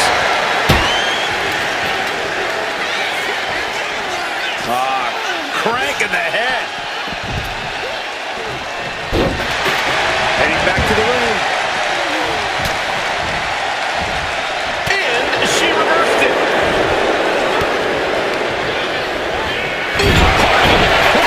Man, did you see the whiplash off the turnbuckles?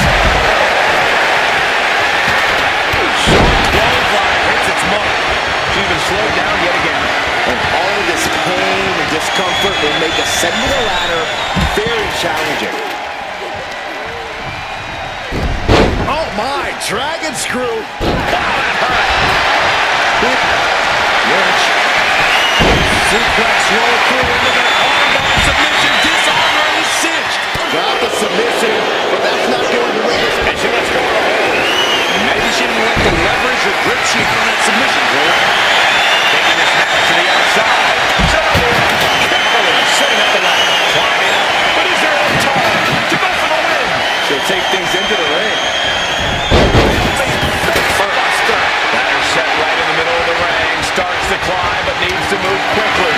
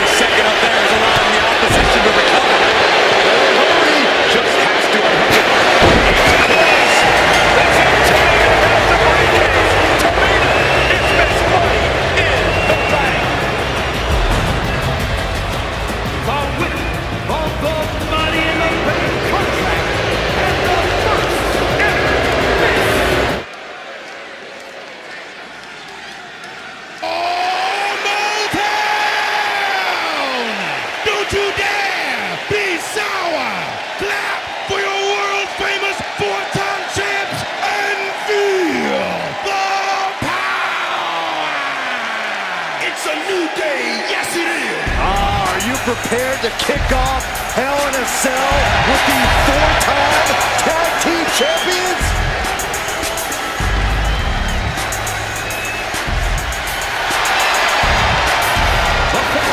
Is a tag team Hell in a Cell match, and is for the SmackDown Tag Team Championship, and accompanied by Kofi Kingston at a combined weight of 490 pounds, the SmackDown Tag Team Champions, Xavier Woods and Big E, the New Day. Well, I can't say that I'm ever prepared for a man swiveling his hips and playing the trombone on the way to the biggest fight of his life. This is our first Hell in a Cell match of the night. The New Day actually requested this match to defend their tag titles. Who would have thought 4 months ago when this rivalry began that it would end once and for all inside Hell in a Cell? New Day about to make it evident that the time for fun and games is over.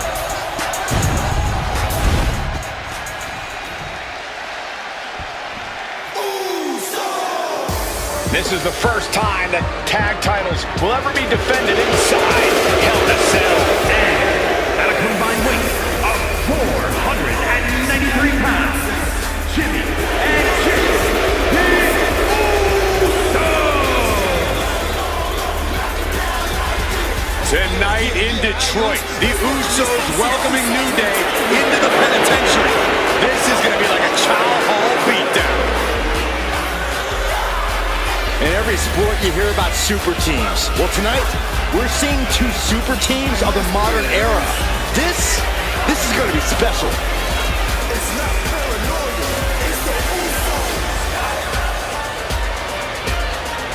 Tornado tag rules here, gentlemen. 2-on-2 as Kofi is going to be locked outside the structure. Pinfall or submission needs to happen in the ring, but we all know this fight's going to go everywhere before that happens.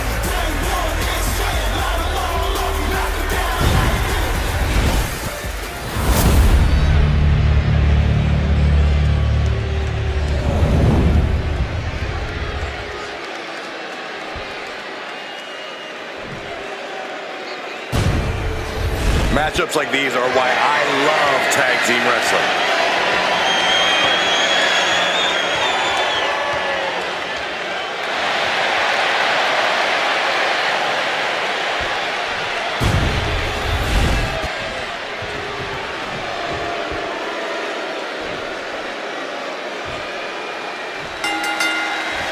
Remember, this match is under Tornado tag team rules. A 2-on-2 match with the pinfall and submission has to happen inside the ring. In the Hell in a Cell, no tags, no countouts, no disqualification. The Usos and the New Day came into this match expecting and prepared to raise the bar, raise the level of competition, and make history. This is going to be unforgettable. The Usos following the footsteps of many great family tag teams who started to use the head trainers, who of course killed Jimmy's own father as a member of. You'd be very proud moment for the Wyatt family if the Usos can capture the 5th tag team championship here. Fall far from retreat for Jay and Jimmy. Just a factory of elite specimens coming out.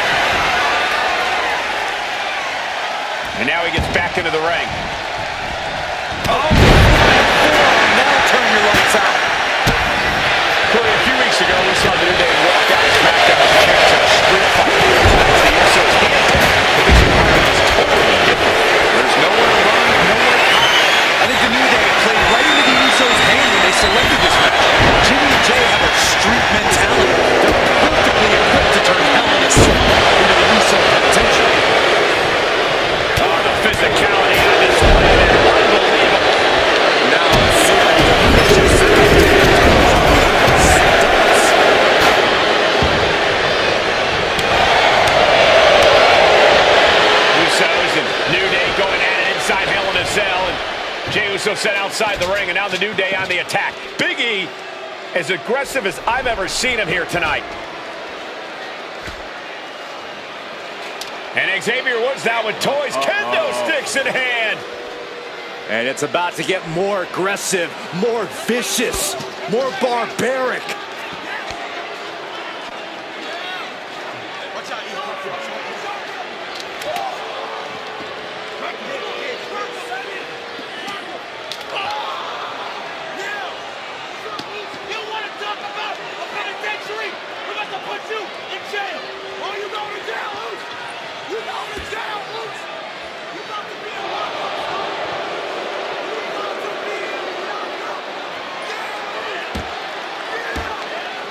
I've never seen this vicious of a side from the New Day.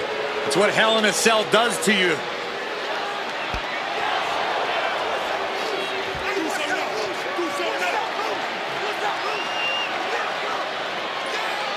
Oh, now with the kendo sticks, Xavier Woods unloading.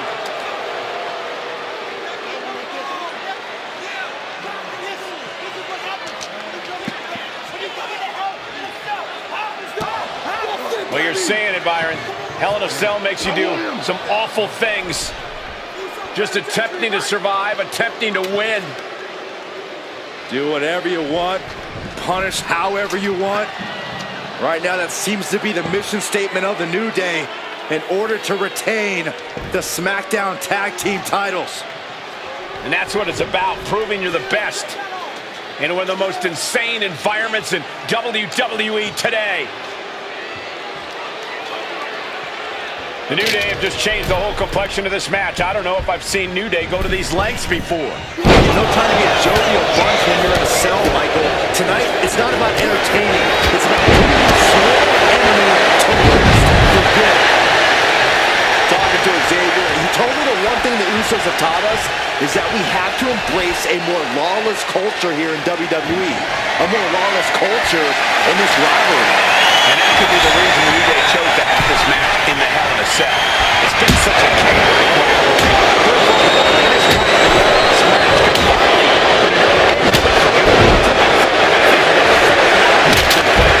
back-to-back attacks.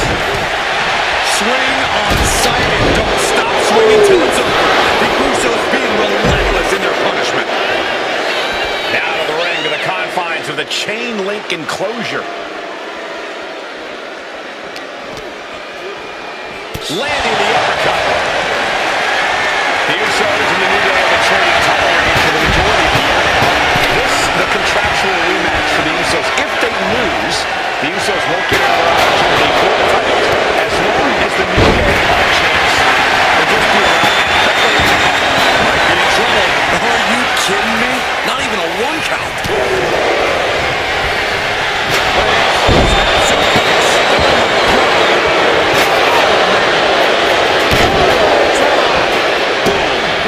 Closer and closer to being put away. Oh, he surely doesn't have much left in him. It's like we're looking at The Walking Dead here. All the way over. And Jimmy and Big E slugging it out middle of the ring. This has been a vicious, brutal match between two of the great tag teams today. Here comes Jey Uso into the fray alongside of his brother. Bang! Double super kick.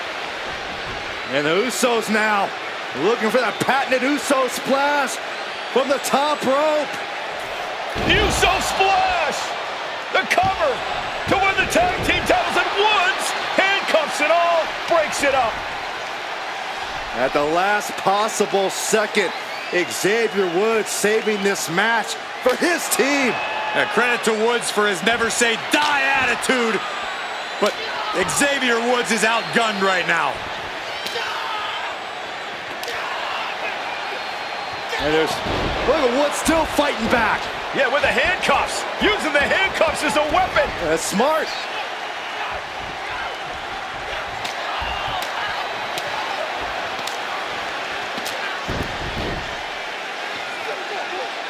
And Woods now down. And trying to still fight back. What heart from Xavier Woods. That Hart may not have much more fight left. Jimmy and Jey back up to the top one more time. Uso splash in stereo. The cover. The Usos win the tag team titles. Here are your winners and the new SmackDown Tag Team Champions, the Usos!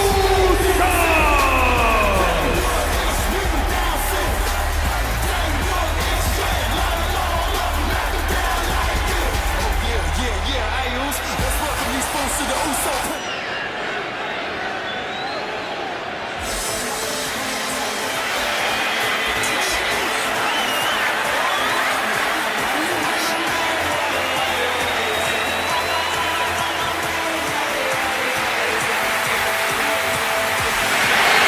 Gentlemen, it's glow time! I got an idea, Saxton. Why don't you blow home? No, I cannot, Corey. When asked earlier this week about this matchup, Naomi said it is an honor to be here, an honor to make history, because for the first time ever, a women's championship will be defended in Saudi Arabia. Naomi certainly has momentum on her side, and as we've seen in recent weeks, it appears as though Bayley has at least a healthy respect for Naomi. Well, so much of Naomi's career has been predicated on making history. You think back to Naomi being the winner of the inaugural WrestleMania Women's Battle Royal, being the first African-American SmackDown Women's Champion, and tonight, once again, an opportunity to make history in her career.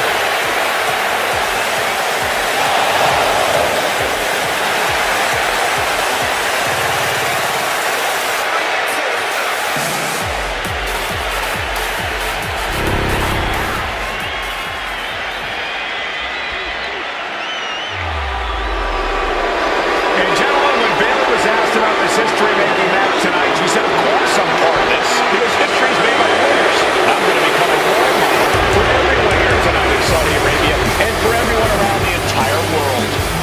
I asked Bayley her thoughts on this match. She said, new country, same sheep. Bayley is nothing if not confident headed into this match. Oh, and everything you just said is indicative of the new attitude, the new personality of Bayley. Bayley has been SmackDown Women's Champion for a record-setting 279 days. She's won every title available in WWE. The NXT Women's Championship, the Raw Women's Championship, the two-time SmackDown Women's Champion, a Tag Team Champion, a Money in the Bank winner. Bayley's accomplished it all. But the one thing Bayley has never done in her career, she's never beat Naomi.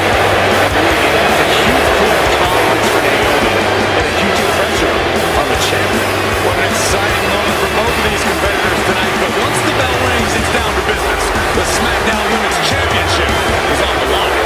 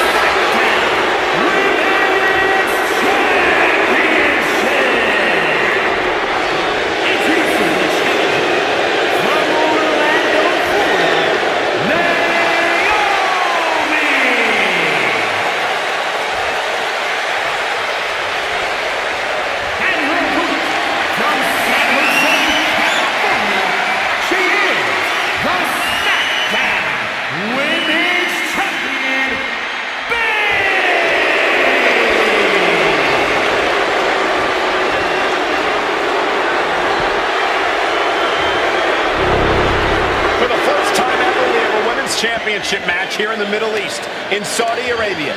Bayley against Naomi. Will Bayley's record-setting reign end here tonight?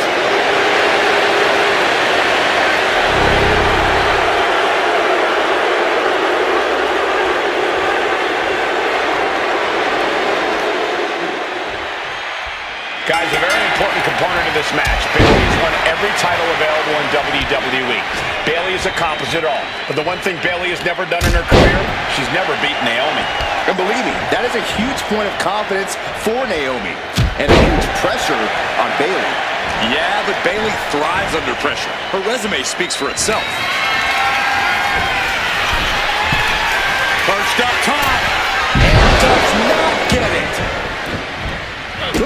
gut will stop anyone in their tracks.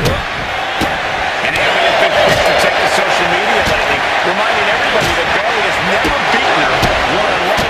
Yeah, not so subtle reminder to Bayley, who has been very insulting, very humiliating to a lot of people in WWE. And that attitude is why Naomi wants to dethrone Bayley, take the SmackDown Women's Championship away from her, and maybe humble Bayley a little bit. Oh, man. A factor to consider in this match is that Naomi took some time off to rejuvenate herself, to get her mind right, to refocus on her desire to once again be champion here in WWE. So this isn't necessarily the same Naomi the WWE Universe or Bayley is used to. And Naomi says that after taking time off, she's better physically and mentally than she's ever been in her career. Naomi has tested her mettle in recent weeks, as it looked at this championship opportunity was a difficult one. Needed to defeat first on top. Whoa, look out. That's going to be on highlight reels for a long time. Incredible courage to even attempt that. Naomi going for broke. And this high-risk offense from the challenger might be catching the champion by surprise. The challenger being the aggressor here, but remember, the title can only be won by pinfall or submission inside the ring. And Naomi keeping Bayley on her toes, pushing the pace on the champion. Naomi moving fast, showing that superior athleticism. Bayley might not be able to keep up here. Returning to the ring now. Uh-oh. And completely missed the mark. You roll the dice and now could end up with a fractured rib for your trouble. Now let's hope that's not the case. Would hate to see things end because of that mistake.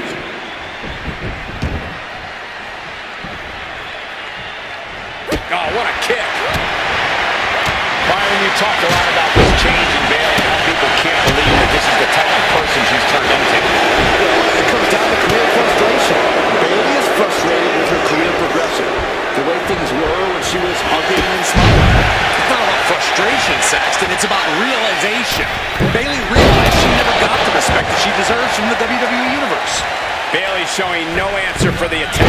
And Naomi continues to somehow have Bayley's number here.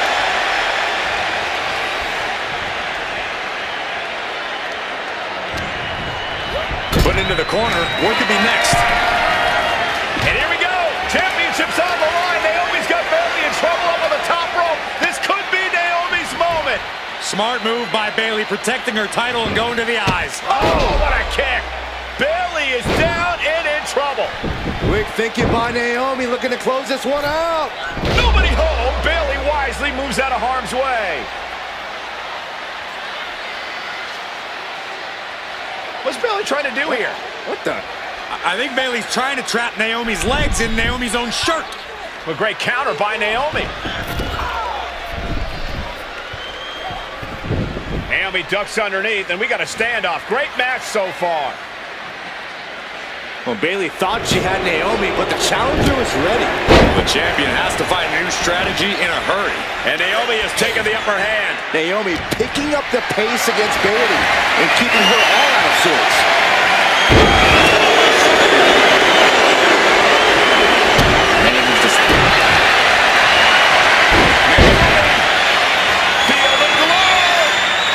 She decides to just let go, but why let go of the submission? Not a strategy we often expect to see. Boom! Rear view. Connecting. That might have just sealed the deal. Let's get a new champ. Now we did it! Women's champion! Here is your winner, and the new SmackDown Women's Champion, Bayley's stranglehold on the SmackDown Women's Championship has ended. The Glow era.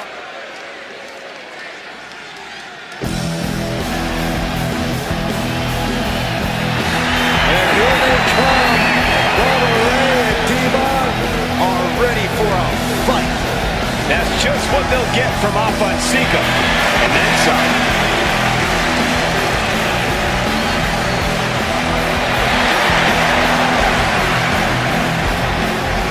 The following contest is a tag team tables match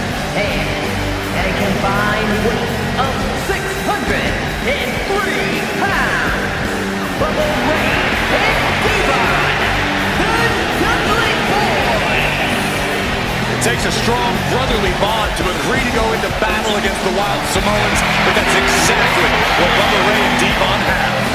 I have a strong feeling this match isn't going to be for the faint of heart. Well, look, the Dudley Boys may not be all there in the head, but they're easily the most highly decorated tag team in pro wrestling history. They've beaten the best, they've beaten the toughest, and they're ready to come in and beat the wildest tonight. Both the Dudley Boys and the Wild Samoans are coming into this tables match with something to prove. Who's the best tag team of all time? Who's the more cohesive, brotherly unit? Who's more savage? Who's more extreme? Gentlemen, we are moments away from finding out the answers to these questions once and for all.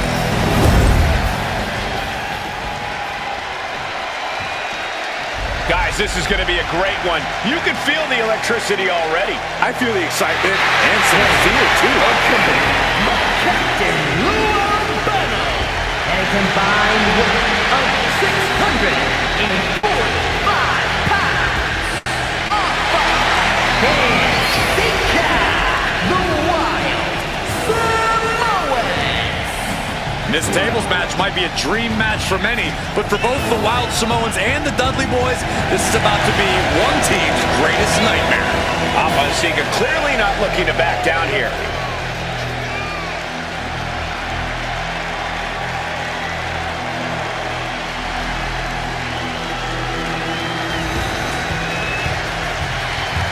The Dudleys can certainly handle their own, but they've never faced anyone or anything like the Wild Samoans. Those mean looks on both Alpha and Sika's faces, I'll tell you, they're out for blood. And the Dudleys are about to walk right into the Lions' den.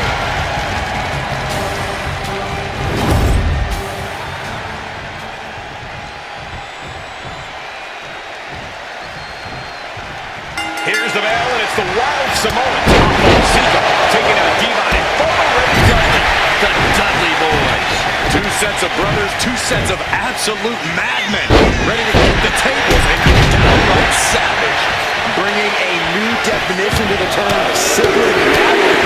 This one will get extremely physical. Corey, the Wild Samoans are about as tough and mean as they come. They're very physical. Taking flight. Oh, God, terrible landing on the outside. Did you see that? Risking it all and taking an awful fall. Such a peculiar look coming from the Wild Samoans, as if they have no control of their animalistic behavior. Nothing fancy here. Backbreaker. That's using your head. Oh, loving blow. Oh, gosh. Oh, jarring uppercut. Now, these are obviously two juggernaut tag teams clashing, but this is also a match that clearly favors one team over the other. Be honest, Corey, do you think the Wild Samoans really have a chance in this one? This is the Dudleys' wheelhouse, Cole. No team knows more about excelling in a tables match than Devon and Bubba Ray. The Wild Samoans have a lot of unbridled aggression working in their favor, but ultimately, they're up against the Masters. A very ferocious demeanor emanates from the Wild Samoans, like they're part of a pack of untamed beasts. I really wonder what it would take for the Dudley Boys to have control of them. Maybe they'll take a sledgehammer? A truck? They're not human, Byron. You can knock them down, but they'll keep coming back. Textbook scoop slam. Taken to the floor, and he's got no worries about the count.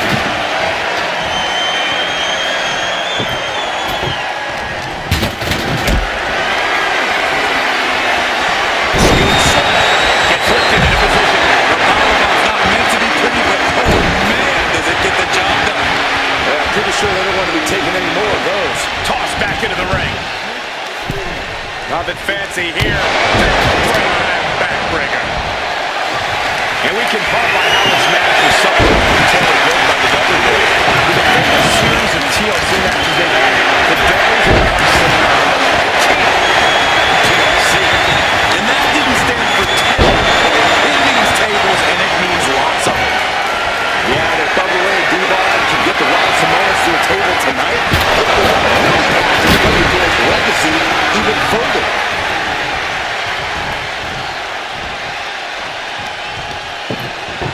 Turns it around.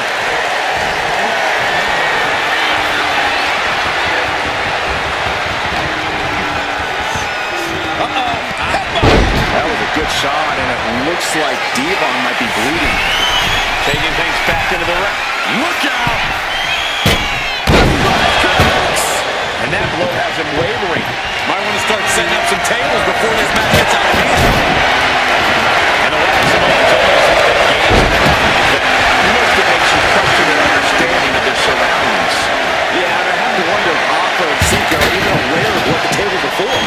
I'm afraid they'll just keep on dishing out punishment, expecting a bell to eventually ring.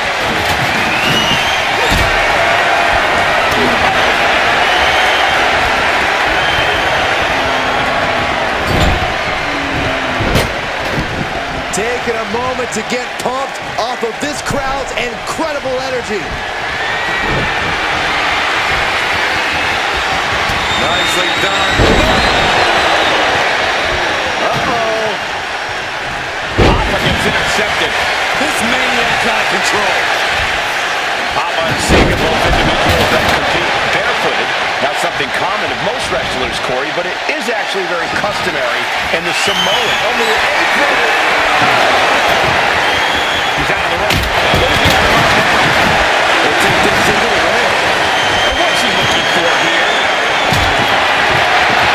If you're going to grab a kendo stick, you better be prepared to use it. Big shot taken. That one's going to leave a well. Now has the opponent set up, and there is saving grace. The Wild Samoans just took a bulky trip to Dudleyville. And Sika just got torn down there. Yeah, that's the kind of offense that opens people's eyes to Bubba Ray. To the skin first. Some damage dealt to him there. Yeah, this is the hostility Devon Dudley wanted to bring.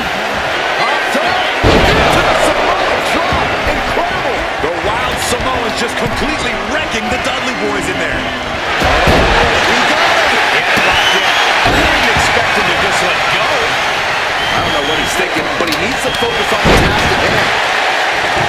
I still can't get over the look I always see on the Wild Samoans. It's like they have a one-track mind with savage brutality. They for sure answer yes to every question that makes up a scary tag team. Yes, they're rough. Yes, they're tough. Yes, they were made. Yes, they were hurt. And yes, they will not stop. And after here's your plan. Repeat it once like that. Very quickly. Plenty of damage being dealt with. Looks like they really got him there. Devon looking to push the advantage after that. Ooh. And he tosses it back in now. Tearing down the leg now.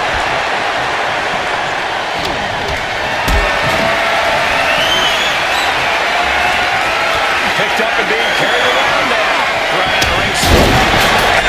Sika just beat the Dudley boys at their own game.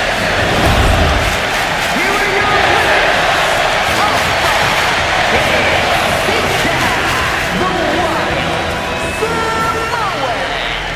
And it's the Wild Samoans standing tall, having beat the Dudley boys at their own game. Devon and Bubba pushed Alpha and Sika to their limits, but in the end, there was only one way this match could end.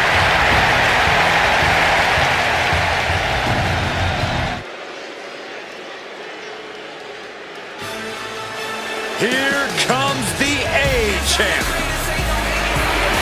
The following contest scheduled for one fall is for the NXT North American Championship. Accompanied by Trick Williams, he is the NXT North American Champion.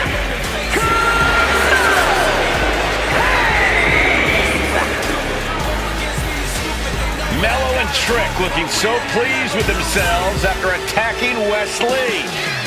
NXT 2.0 celebrating its first anniversary, all thanks to amazing talent like this man. Hayes has a look right now. He probably thinks he's getting the night off and another day off his North American title reign. Well, after what Mello and Trick just did to Wes Lee, who's going to have the guts to step up and take Lee's place?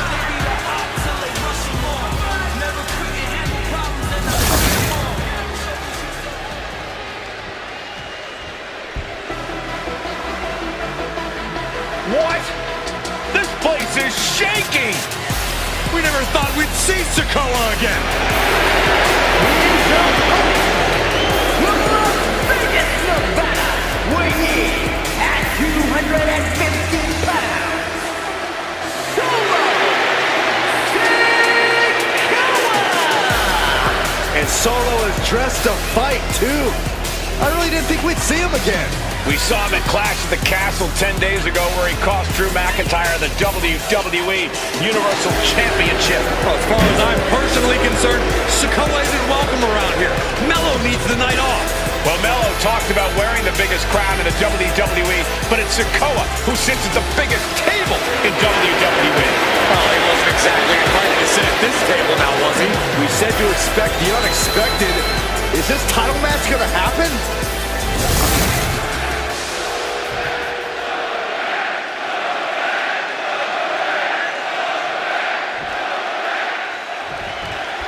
Now this is a surprise. Carmelo Hayes seemingly had no challenger for his North American title, but Solo Sikoa... We gotta cover, guys, for the championship. No, kick out. Trying to get this over with pronto. The kick connects. Strong words from Carmelo Hayes before this match saying, quote, heavy is the head that wears the crown, and Melo has the biggest crown and the heaviest head. Melo has indeed proven worthy of said crown, but he's face-to-face with a man who has a seat at the biggest table in WWE. Well, both men have earned their status thus far, that's for sure. And Hayes turning it around. We're seeing one response after another. Neither superstar gaining the football. Got to be a tough situation for Carmelo Hayes. And Sikoa sent toward the ropes, and Carmelo Hayes with a kick right to the midsection. Melo taking it to Sikoa here. The power of Solo just a little too much for the A-Champ in this instance. What a chop. Trademark viciousness. Lack of mercy. That's what Solo Sikoa is all about. Into the corner. Big splash by Sikoa. Melo in trouble. Sikoa. Trick Williams making sure Melo got out of harm's way. Well, at least momentarily. Yeah, momentarily is right. Sikoa continuing to inflict more punishment on the champ. And Hayes takes out Williams on the outside. Solo standing strong. Solo not allowing the presence of Trick Williams to distract him whatsoever. Solo has the mindset to destroy anyone in the way. Oh, look at the start of this. Could be going into the... He lets his opponent out of the submission. Yeah, but who knows what damage has been done. And he slides him back to the mat. Trick Williams has been quite the difference maker for Carmelo Hayes over the last year. How many times has Williams helped Hayes and saved that North American title? Yeah, but 10 days ago, Solo Sikoa did the same thing for Roman Reigns when he attacked Drew McIntyre at Clash at the Castle. Sikoa has blood on his hands, too. Have juice in your head. Jeez, and Carmelo is looking worse for wear now. Now Carmelo is feeling the pressure. It looks like Solo has all the answers for Carmelo at this point. Leg drop. Sikoa in command. And you gotta wonder if Melo is regretting his words, regretting his actions. Bullseye!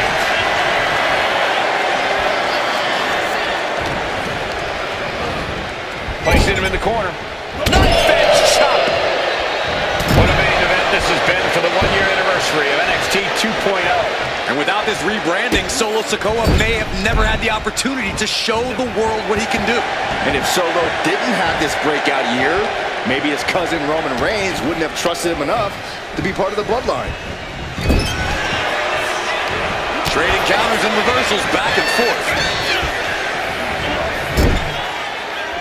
Big uppercut rocks the jaw of Carmelo Hayes. Ripped out of the corner.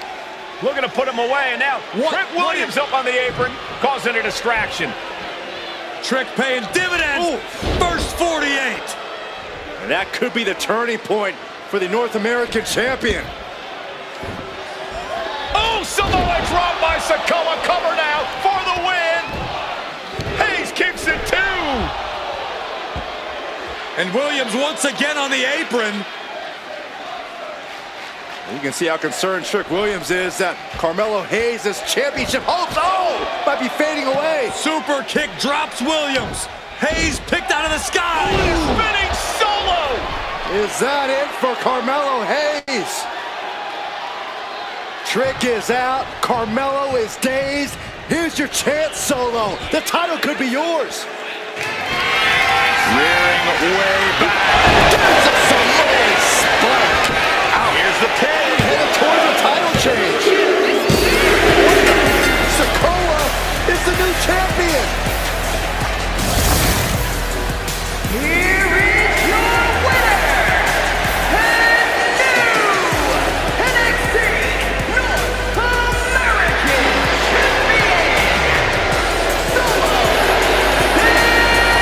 Sikoa! Solo is your new champ.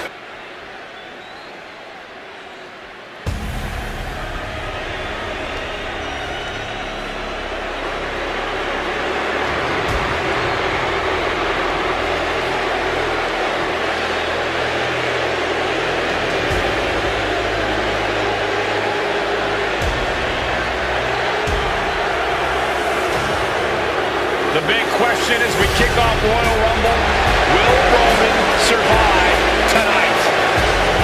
But the man who's walking down the aisle here in front of 44,000 plus is the greatest champion of all time, transcending the business. And tonight is personal.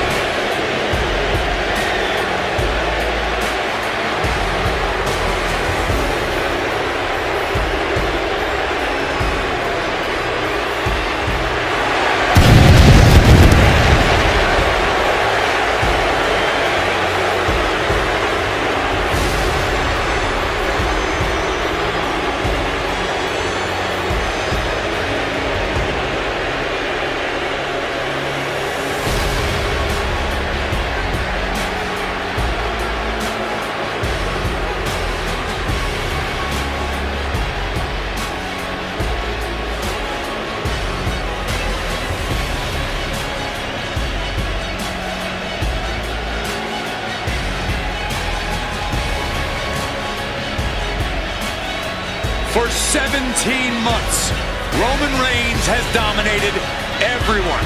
And luckily for Roman, he's had a special counsel and his cousins to help him keep cool, keep focused, and concentrate on the business at hand. Now Paul Heyman is gone, and the Usos are barred from ringside. And without those calming forces, Corey, cracks started to form last night in Roman's armor. No telling how Roman's going to handle things on his own. It's been years since he competed on his own. But that's the situation we're seeing right now for the Tribal Chief.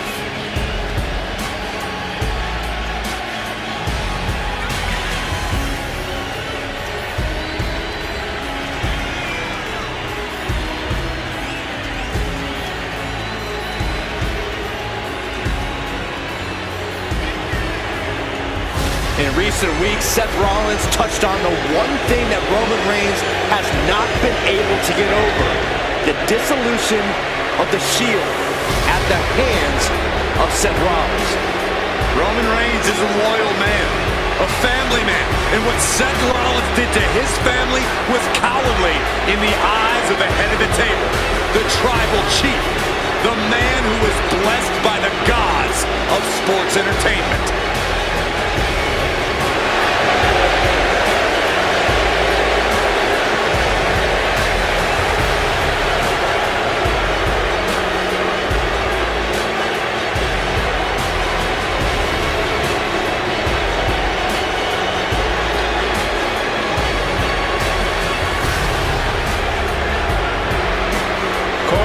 SmackDown last night, we saw one thing that we haven't seen out of Roman Reigns.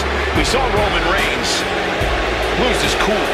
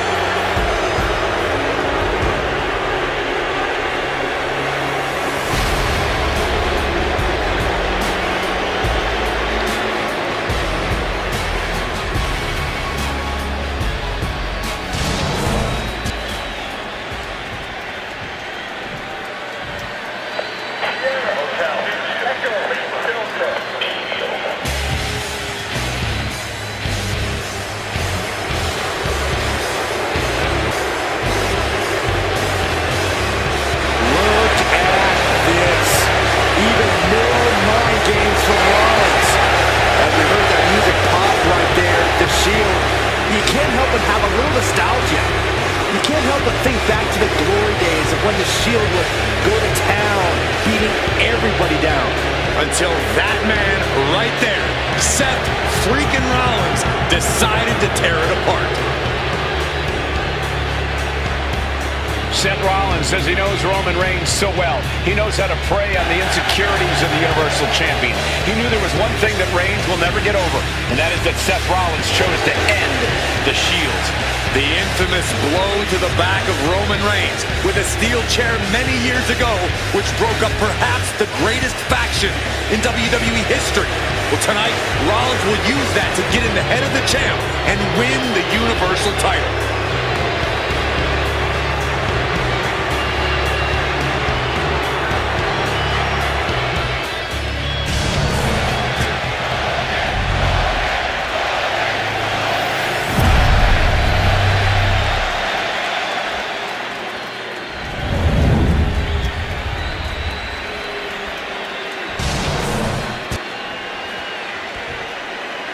The following contest, scheduled for one fall, is for the Universal Championship. Introducing the challenger from Davenport, Iowa, weighing in at 217 pounds, Seth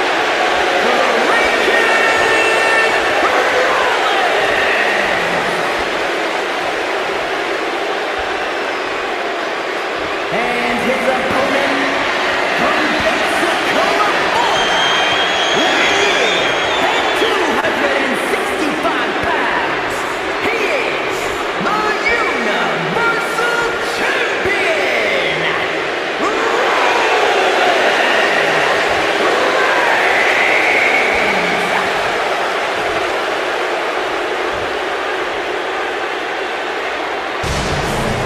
And that title, the WWE Universal Championship, has been in Reigns' possession for a record-breaking 516 days. Can he extend the reign even further tonight?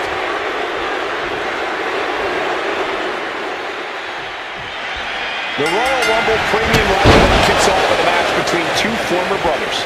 Roman Reigns in his record 516-day reign as Universal Champion versus Seth Rollins, donned in the old gear that they used to wear in the Shield. Rollins looks very comfortable in that tactical vest yet again. But he's even more comfortable inside the head of the Tribal Chief. We haven't seen Roman with this type of confusion in 500 plus days. And into the turnbuckle he goes. And they just busted out an impactful maneuver. And the wise man, Paul Heyman, will be at ringside for a championship match tonight, just not this one. And that's just sickening to me, Cole. Reigns had just cause for firing the wise man, and now Paul's right back with his old client. Heyman has zero loyalty to the Bloodline.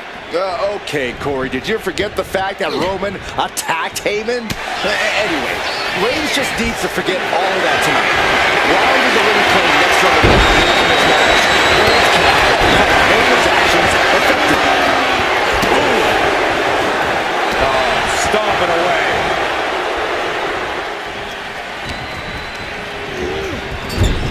Oh, look at this, raining right hands. No escape from these punches. Gentlemen, for 17 months, Roman Reigns has dominated. He had special counsel and cousins to help him stay in control, to keep his cool, to concentrate on the business at hand. But now Paul Heyman is gone, and the Usos are barred from ringside. Without those calming forces, cracks have started to show. Every comment Rollins has made about their past cuts deeper. Every mind game breaks Roman's spirit even further. This might be the toughest physical battle a Tribal Chief has faced, but it definitely is his toughest mental battle. Seth freaking Rollins has made it extremely personal with Roman Reigns. Years ago when he destroyed the Shield, and again in the lead-up to this match. And if I'm Roman, I'm taking all that aggression and ending this quickly. Go full force and incapacitate Rollins ASAP. Because the longer Reigns fights with all his rage, the more potential he has to make a tactical error. Gets put into the barricade. Hit a big boot. Seth Rollins says he knows Roman Reigns so well, says he knows how to prey on the insecurities of the Universal Champion. Rollins knew there was one thing that Roman Reigns could never, ever get over, that it was Seth Rollins who chose to end the Shield. That blow to the back of Roman Reigns with a steel chair so many years ago broke up perhaps the greatest faction in WWE history. Who would have thought that moment would still loom so large and be the biggest key to victory for Seth freaking Rollins? Sent straight into the barricade. Rollins getting worked on here. The power and rage of the Tribal Chief is just overwhelming Rollins here. Whip back into the ring. Oh, man. The Tribal Chief has been dominant over the last 516 days since he captured the Universal Championship. Month after month, he's dominated every top contender on the SmackDown roster. Roman Reigns has beaten big names over the last year and a half. But Braun Strowman, Rey Mysterio, the Demon Finn Balor, even John Cena. The Reigns has to be bothered by the fact that he has never been able to knock off Rollins in a premium ladder match in his career. Never successfully defended a title against Rollins. Indeed, two of the biggest PLE losses of Roman Reigns' career have been at the hands of Seth freaking Rollins. At Money in the Bank in 2016, Rollins defeated Reigns for the WWE title. And a year prior to that, Rollins committed the heist to the century and used the Money in the Bank to steal Roman's WWE Championship in the main event of WrestleMania. Shot to the jaw. I hate to say this, but the Tribal Chief has become extremely fragile without the benefit of having the Bloodline by his side. Every little move Rollins makes seems to put Reigns on edge. This outfit, the Shield's entrance music. I bet if Rollins gave Roman a fist bump, it would make the Tribal Chief go nuclear. And that's another well-placed attack to his head and neck area. Reigns unleashes the Superman punch. Absolutely laid Rollins out. And now Reigns can finally overcome his former Shield brother. Headed out, but needs to be aware of the referee's count. What a spear by Reigns. That is how a true champion defends their title. I don't even think Roman's aware of where he is anymore. He has tunnel vision for Rollins. The only thing the Tribal Chief is seeing right now is red. And heaven have mercy on Reigns, old Shield brother now. And here's Reigns now, misses wildly with the clothesline attempt. Spear! Spear by Reigns! Roman Reigns from out of nowhere with a spear! That could end it for Rollins if Roman could just make the cover. Roman trying to fight through the pain. Oh my, guys. Guys, look at what Rollins is doing.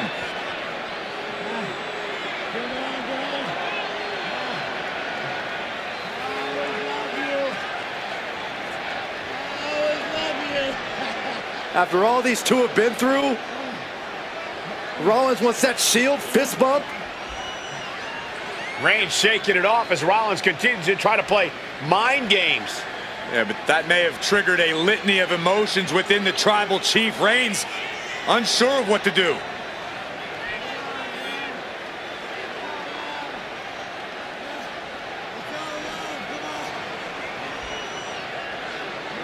Roman Reigns determining what to do now. Will he slay his former brother?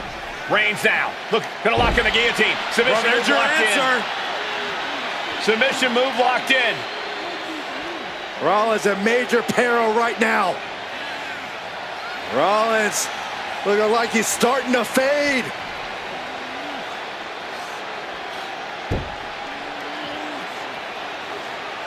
Seth trying desperately to make it to the bottom rope.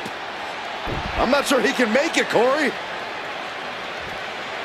Trying to make it to the rope to force some sort of break. Seth trying to hang on. How can he do this here? Is Rollins going to tap here? What's Rollins going to do? Is he going to tap out? Well, he makes it to the rope. Reigns has a 5 count to break the hold.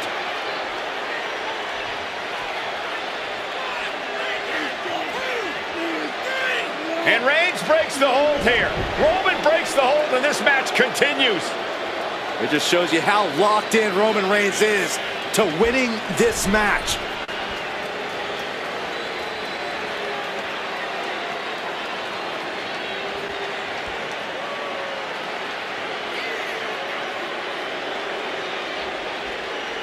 Rollins just motionless now. Roman had that guillotine lock.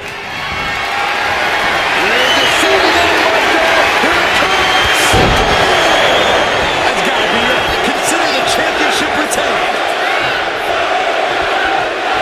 Reigns, Rollins, both men are waging an epic battle. For years, These two are loaded. Nothing pretty here, just good old-fashioned fisticuffs. Each exchange just sapping the energy from these two. Exhaustion setting in, and neither one of them is letting up. This is a war of attrition with neither superstar wanting to be the one who surrenders. Arm trapped. Endless knee strikes.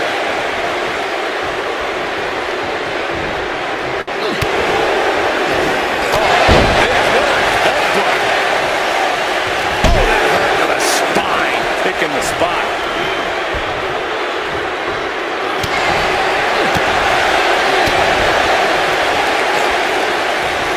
What a counter by Rollins. Trying for the double underarm hook into the back drop.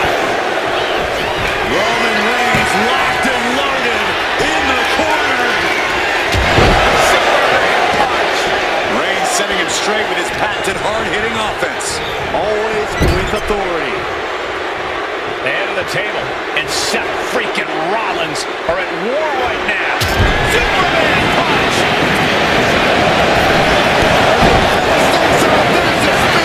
Like a triple G going for the pin. And Reigns retains the title. Here is your winner, and still the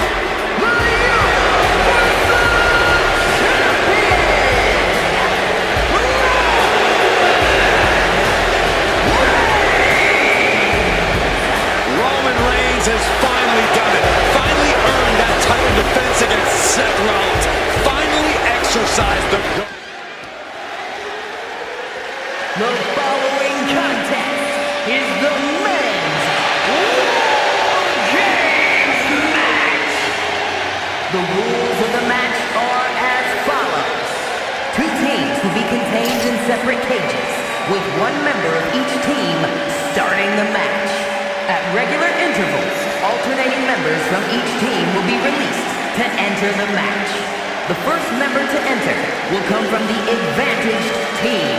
Once all competitors have entered, War Games officially begins! The match can be won by pinfall or submission. Exiting the cage will result in a forfeit. And now, let the War Games begin!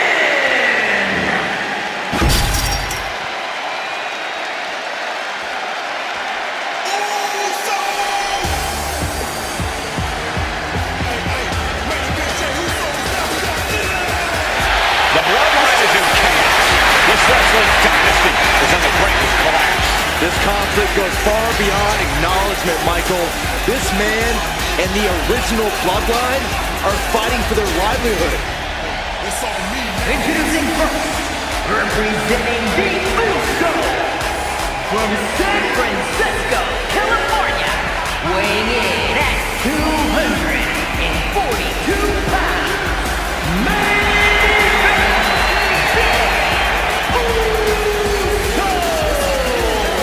This man and the rest of the original Bloodline is under attack.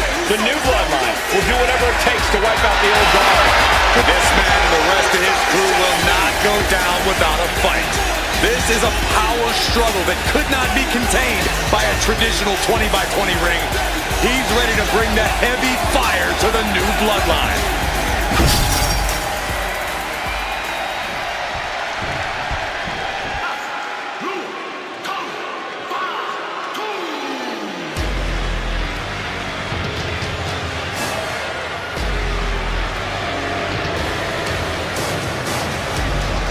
The original Bloodline was created with the wisdom of the elders, but this man and the new Bloodline are destroying what was built.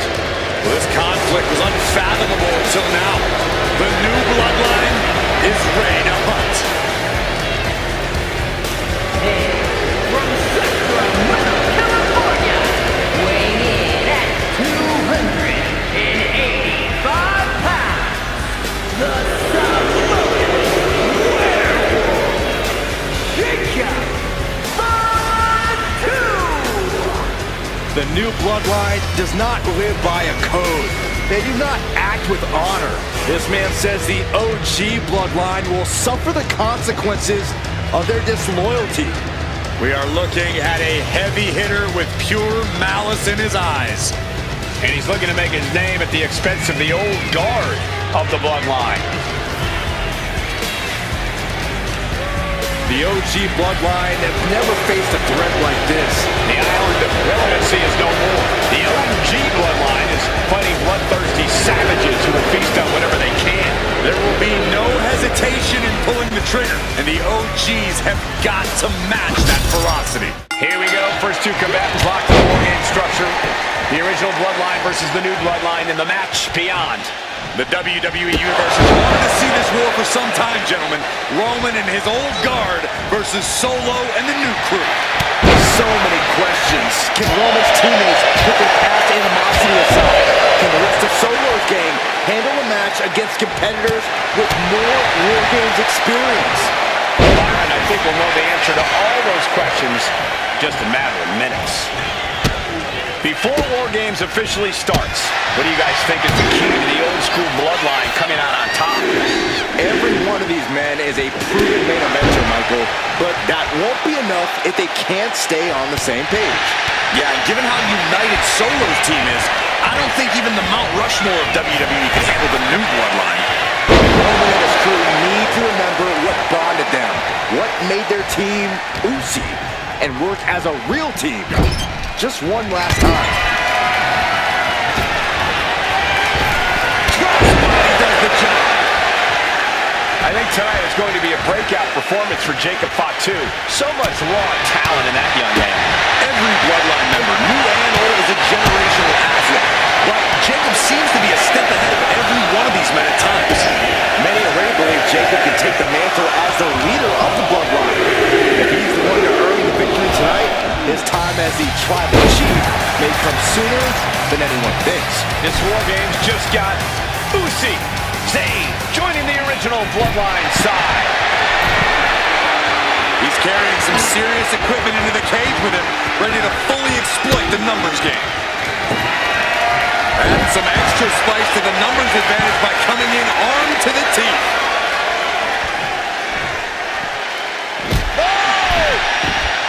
Sami Zayn grew so much as a member of the bloodline, it really gave him a sense of self-worth.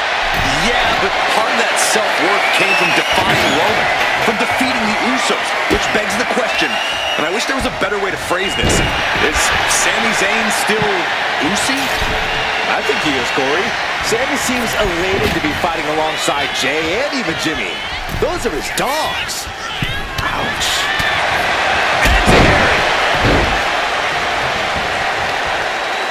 Got the leg, going after the legs. About to be the proverbial one-legged man in the you-know-what kicking contest. Sent him right smack into no man's land. Oh my gosh! 8 men in this war, but one seems to be fighting his own internal battle. Epic. Jimmy Uso. He's currently taking hold of Jay. On the low bloodline war games. Did Jacob Fatu get enough of it?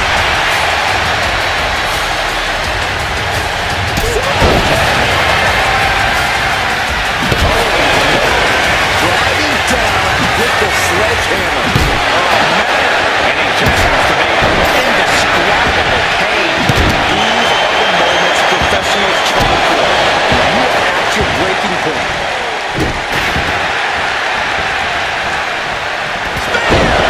Jacob Fatu's got a problem here.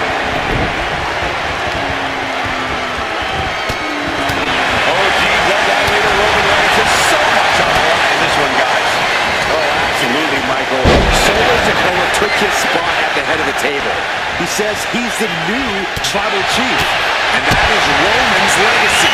Those names, this group, they mean something.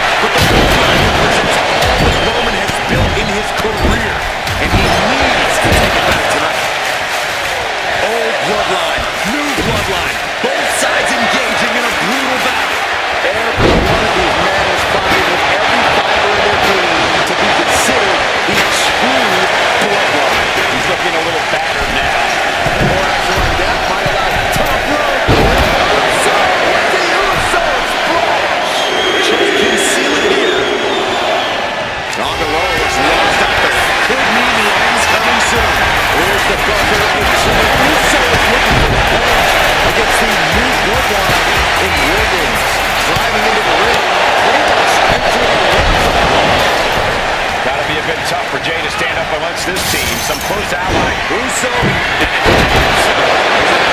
She rolled for Tonga. You guys, this is what War Games is all about. Both bloodlines leaving it all in the ring. The old guard and new school trading their biggest shots in one of the most dangerous environments in all of WWE. And clearly some targeted offense coming his way there. Going after your opponent's head is brazen, but very effective.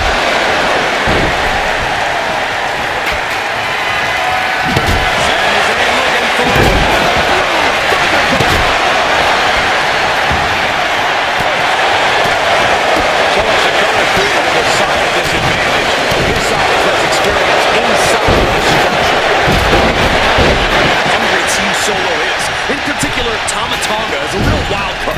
He's like a hyena locked in a cage. Take down, into the crossface, and it's cinched in.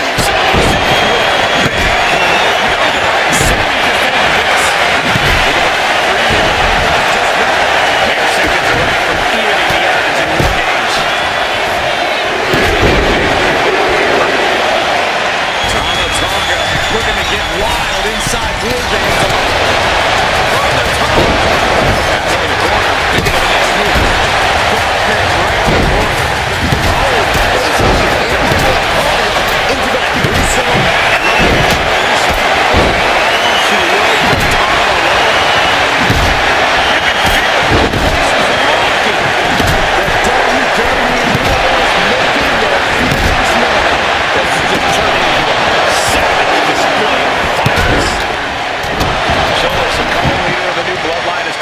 The head of the table, called himself Troy Uso. He's not interested in just evening the odds. He wants the advantage, and that weapon gets it to him. This is not for the fan home. High in the wall, the War Games here. This might not be a good Uso. Jimmy might have just finished this.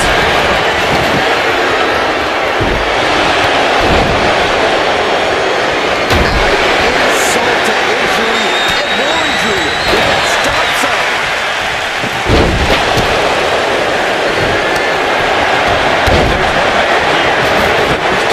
It's got to be Tonga.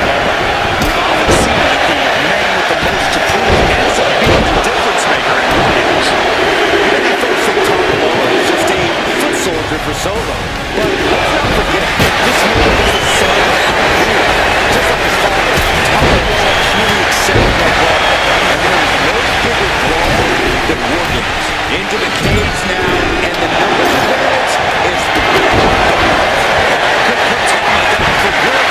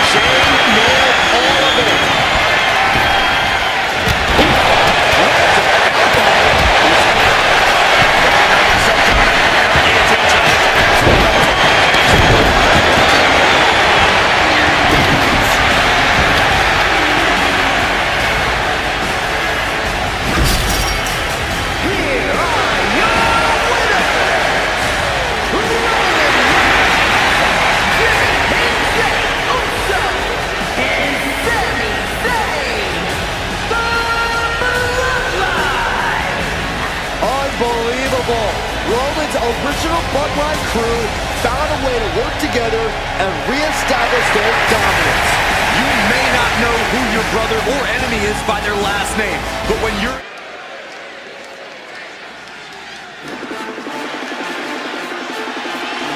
It is time for the Street Profits to get themselves some of the Islanders. Well, with all due respect to the smoke and the party cups, but AD and Tez need to up their game. This could be the Profits' night, but it's not going to be easy. The Profits possess tremendous athleticism, but so do the Islanders. And let's not forget, the Islanders have Bobby Heenan in their corner. The following contest is a 2-out-of-3 falls match. On the way to the ring, at a combined weight of 492 pounds, Martin Ford and Angelo Dawkins, the Street Profits. The Islanders are known for innovative double-team offense, but they're looking to do more than just beat the Profits.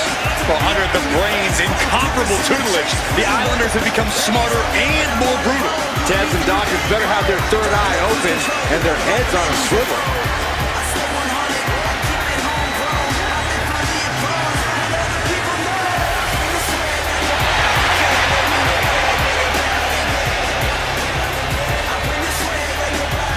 I expect to see expert-level tag teamwork from both the Profits and the Islanders, with supreme athleticism from all four competitors. What this match could boil it down to, guys, is which team picks up the first pinfall.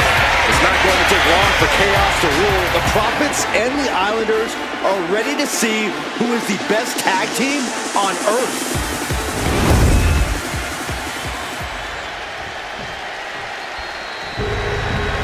The Street Profits had better be ready for what's coming. Tez and Dawkins have to be ready to deal with any shortcut the Islanders can And find. their opponents, accompanied by Bobby Heenan, at a combined weight of 499 pounds, Tama and Haku, the Islanders. We know the Islanders are as vicious as they come, but the Street Profits excel in all forms of chaos. Yeah, Corey, but the Islanders have a plan and will stop at nothing to carry that out. The Profits will have to truly compete as a team to overcome the odds in this 2-out-of-3 falls match. The truth is, I don't know if Ford and Dawkins have faced a team as dangerous as Haku and Tama. And the Street Profits are going to have to execute a next-level plan to take down the Islanders and Heenan.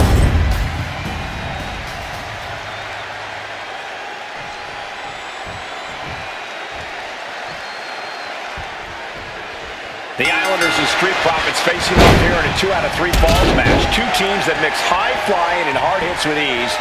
This is going to be exciting. The Islanders move at such speeds that you can't take your eyes off them for a second.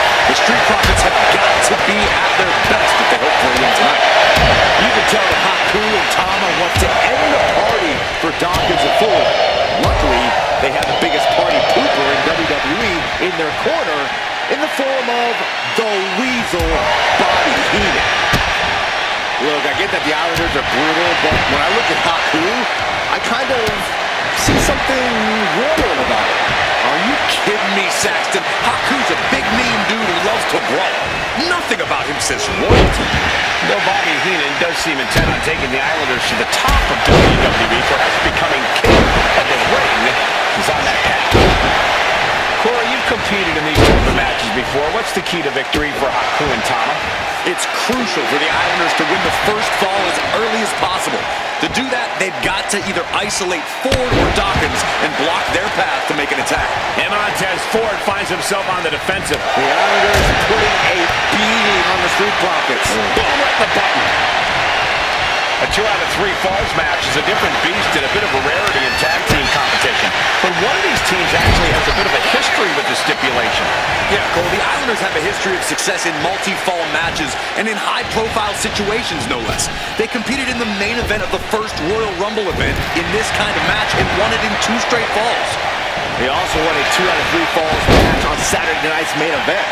Bottom line, the Islanders are more than ready for this. Hopefully, the Street Profits are quick learners.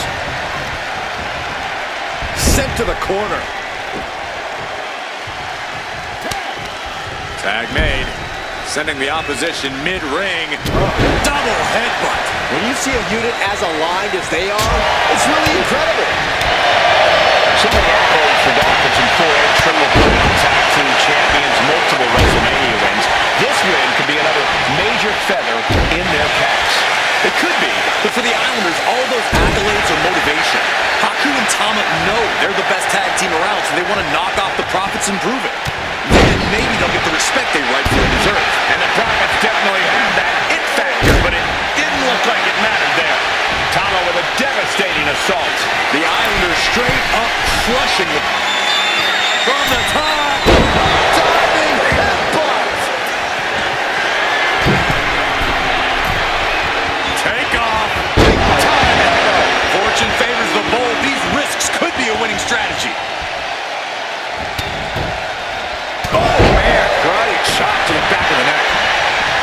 Something that Tez and Dawkins need to watch out for tonight is the presence of Bobby the Weasel Heenan. Oh, it's got the right here. Does he get it here?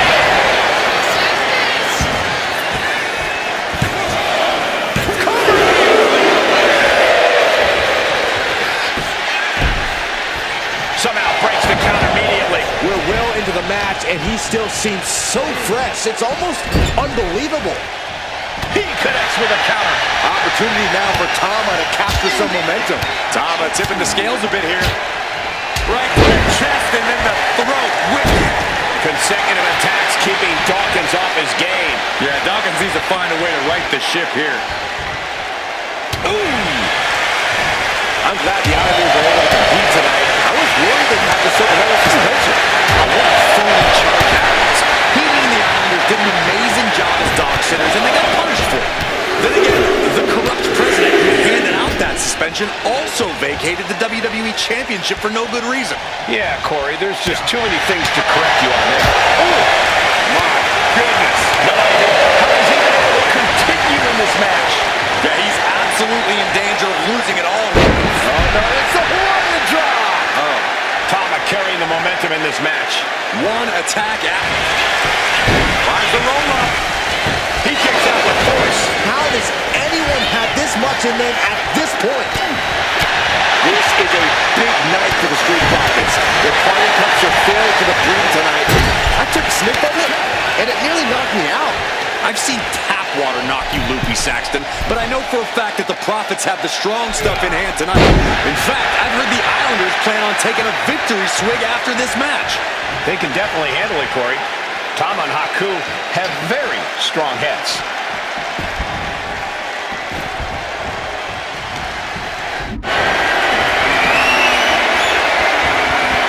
Caught in a bad spot.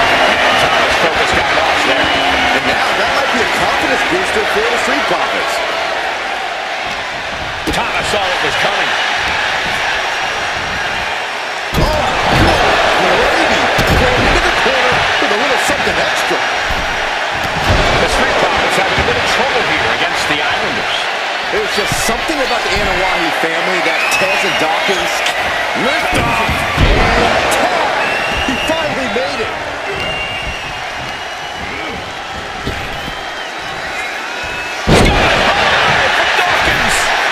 He's able to beat a 2 count. No time to waste being shot. You've got to maintain pressure. Dawkins making the climb.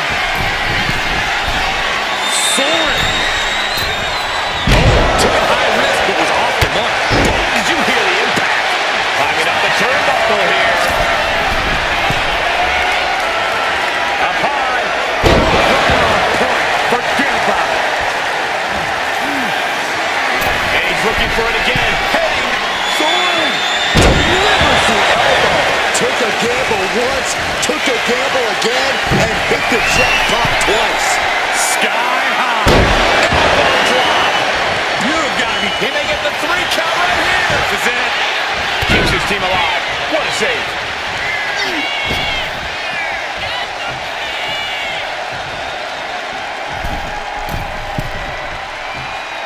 Here we go. Just amazing at left. Shoulders down.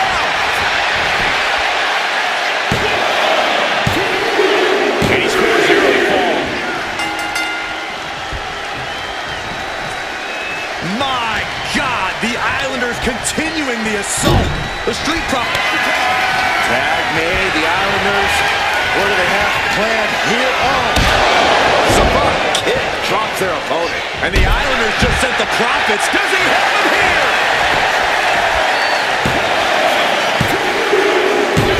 Second fall for the Islanders, and they beat the Profits. Here are your winners, from his top two, the Islanders. What a matchup. The Islanders met the Street Profits at every turn in the air and the ground. This loss is going to hurt Dawkinson forward for a long time. Look, we saw tremendous tag teams do what they do best, but only one could win. And the Islanders stepped up.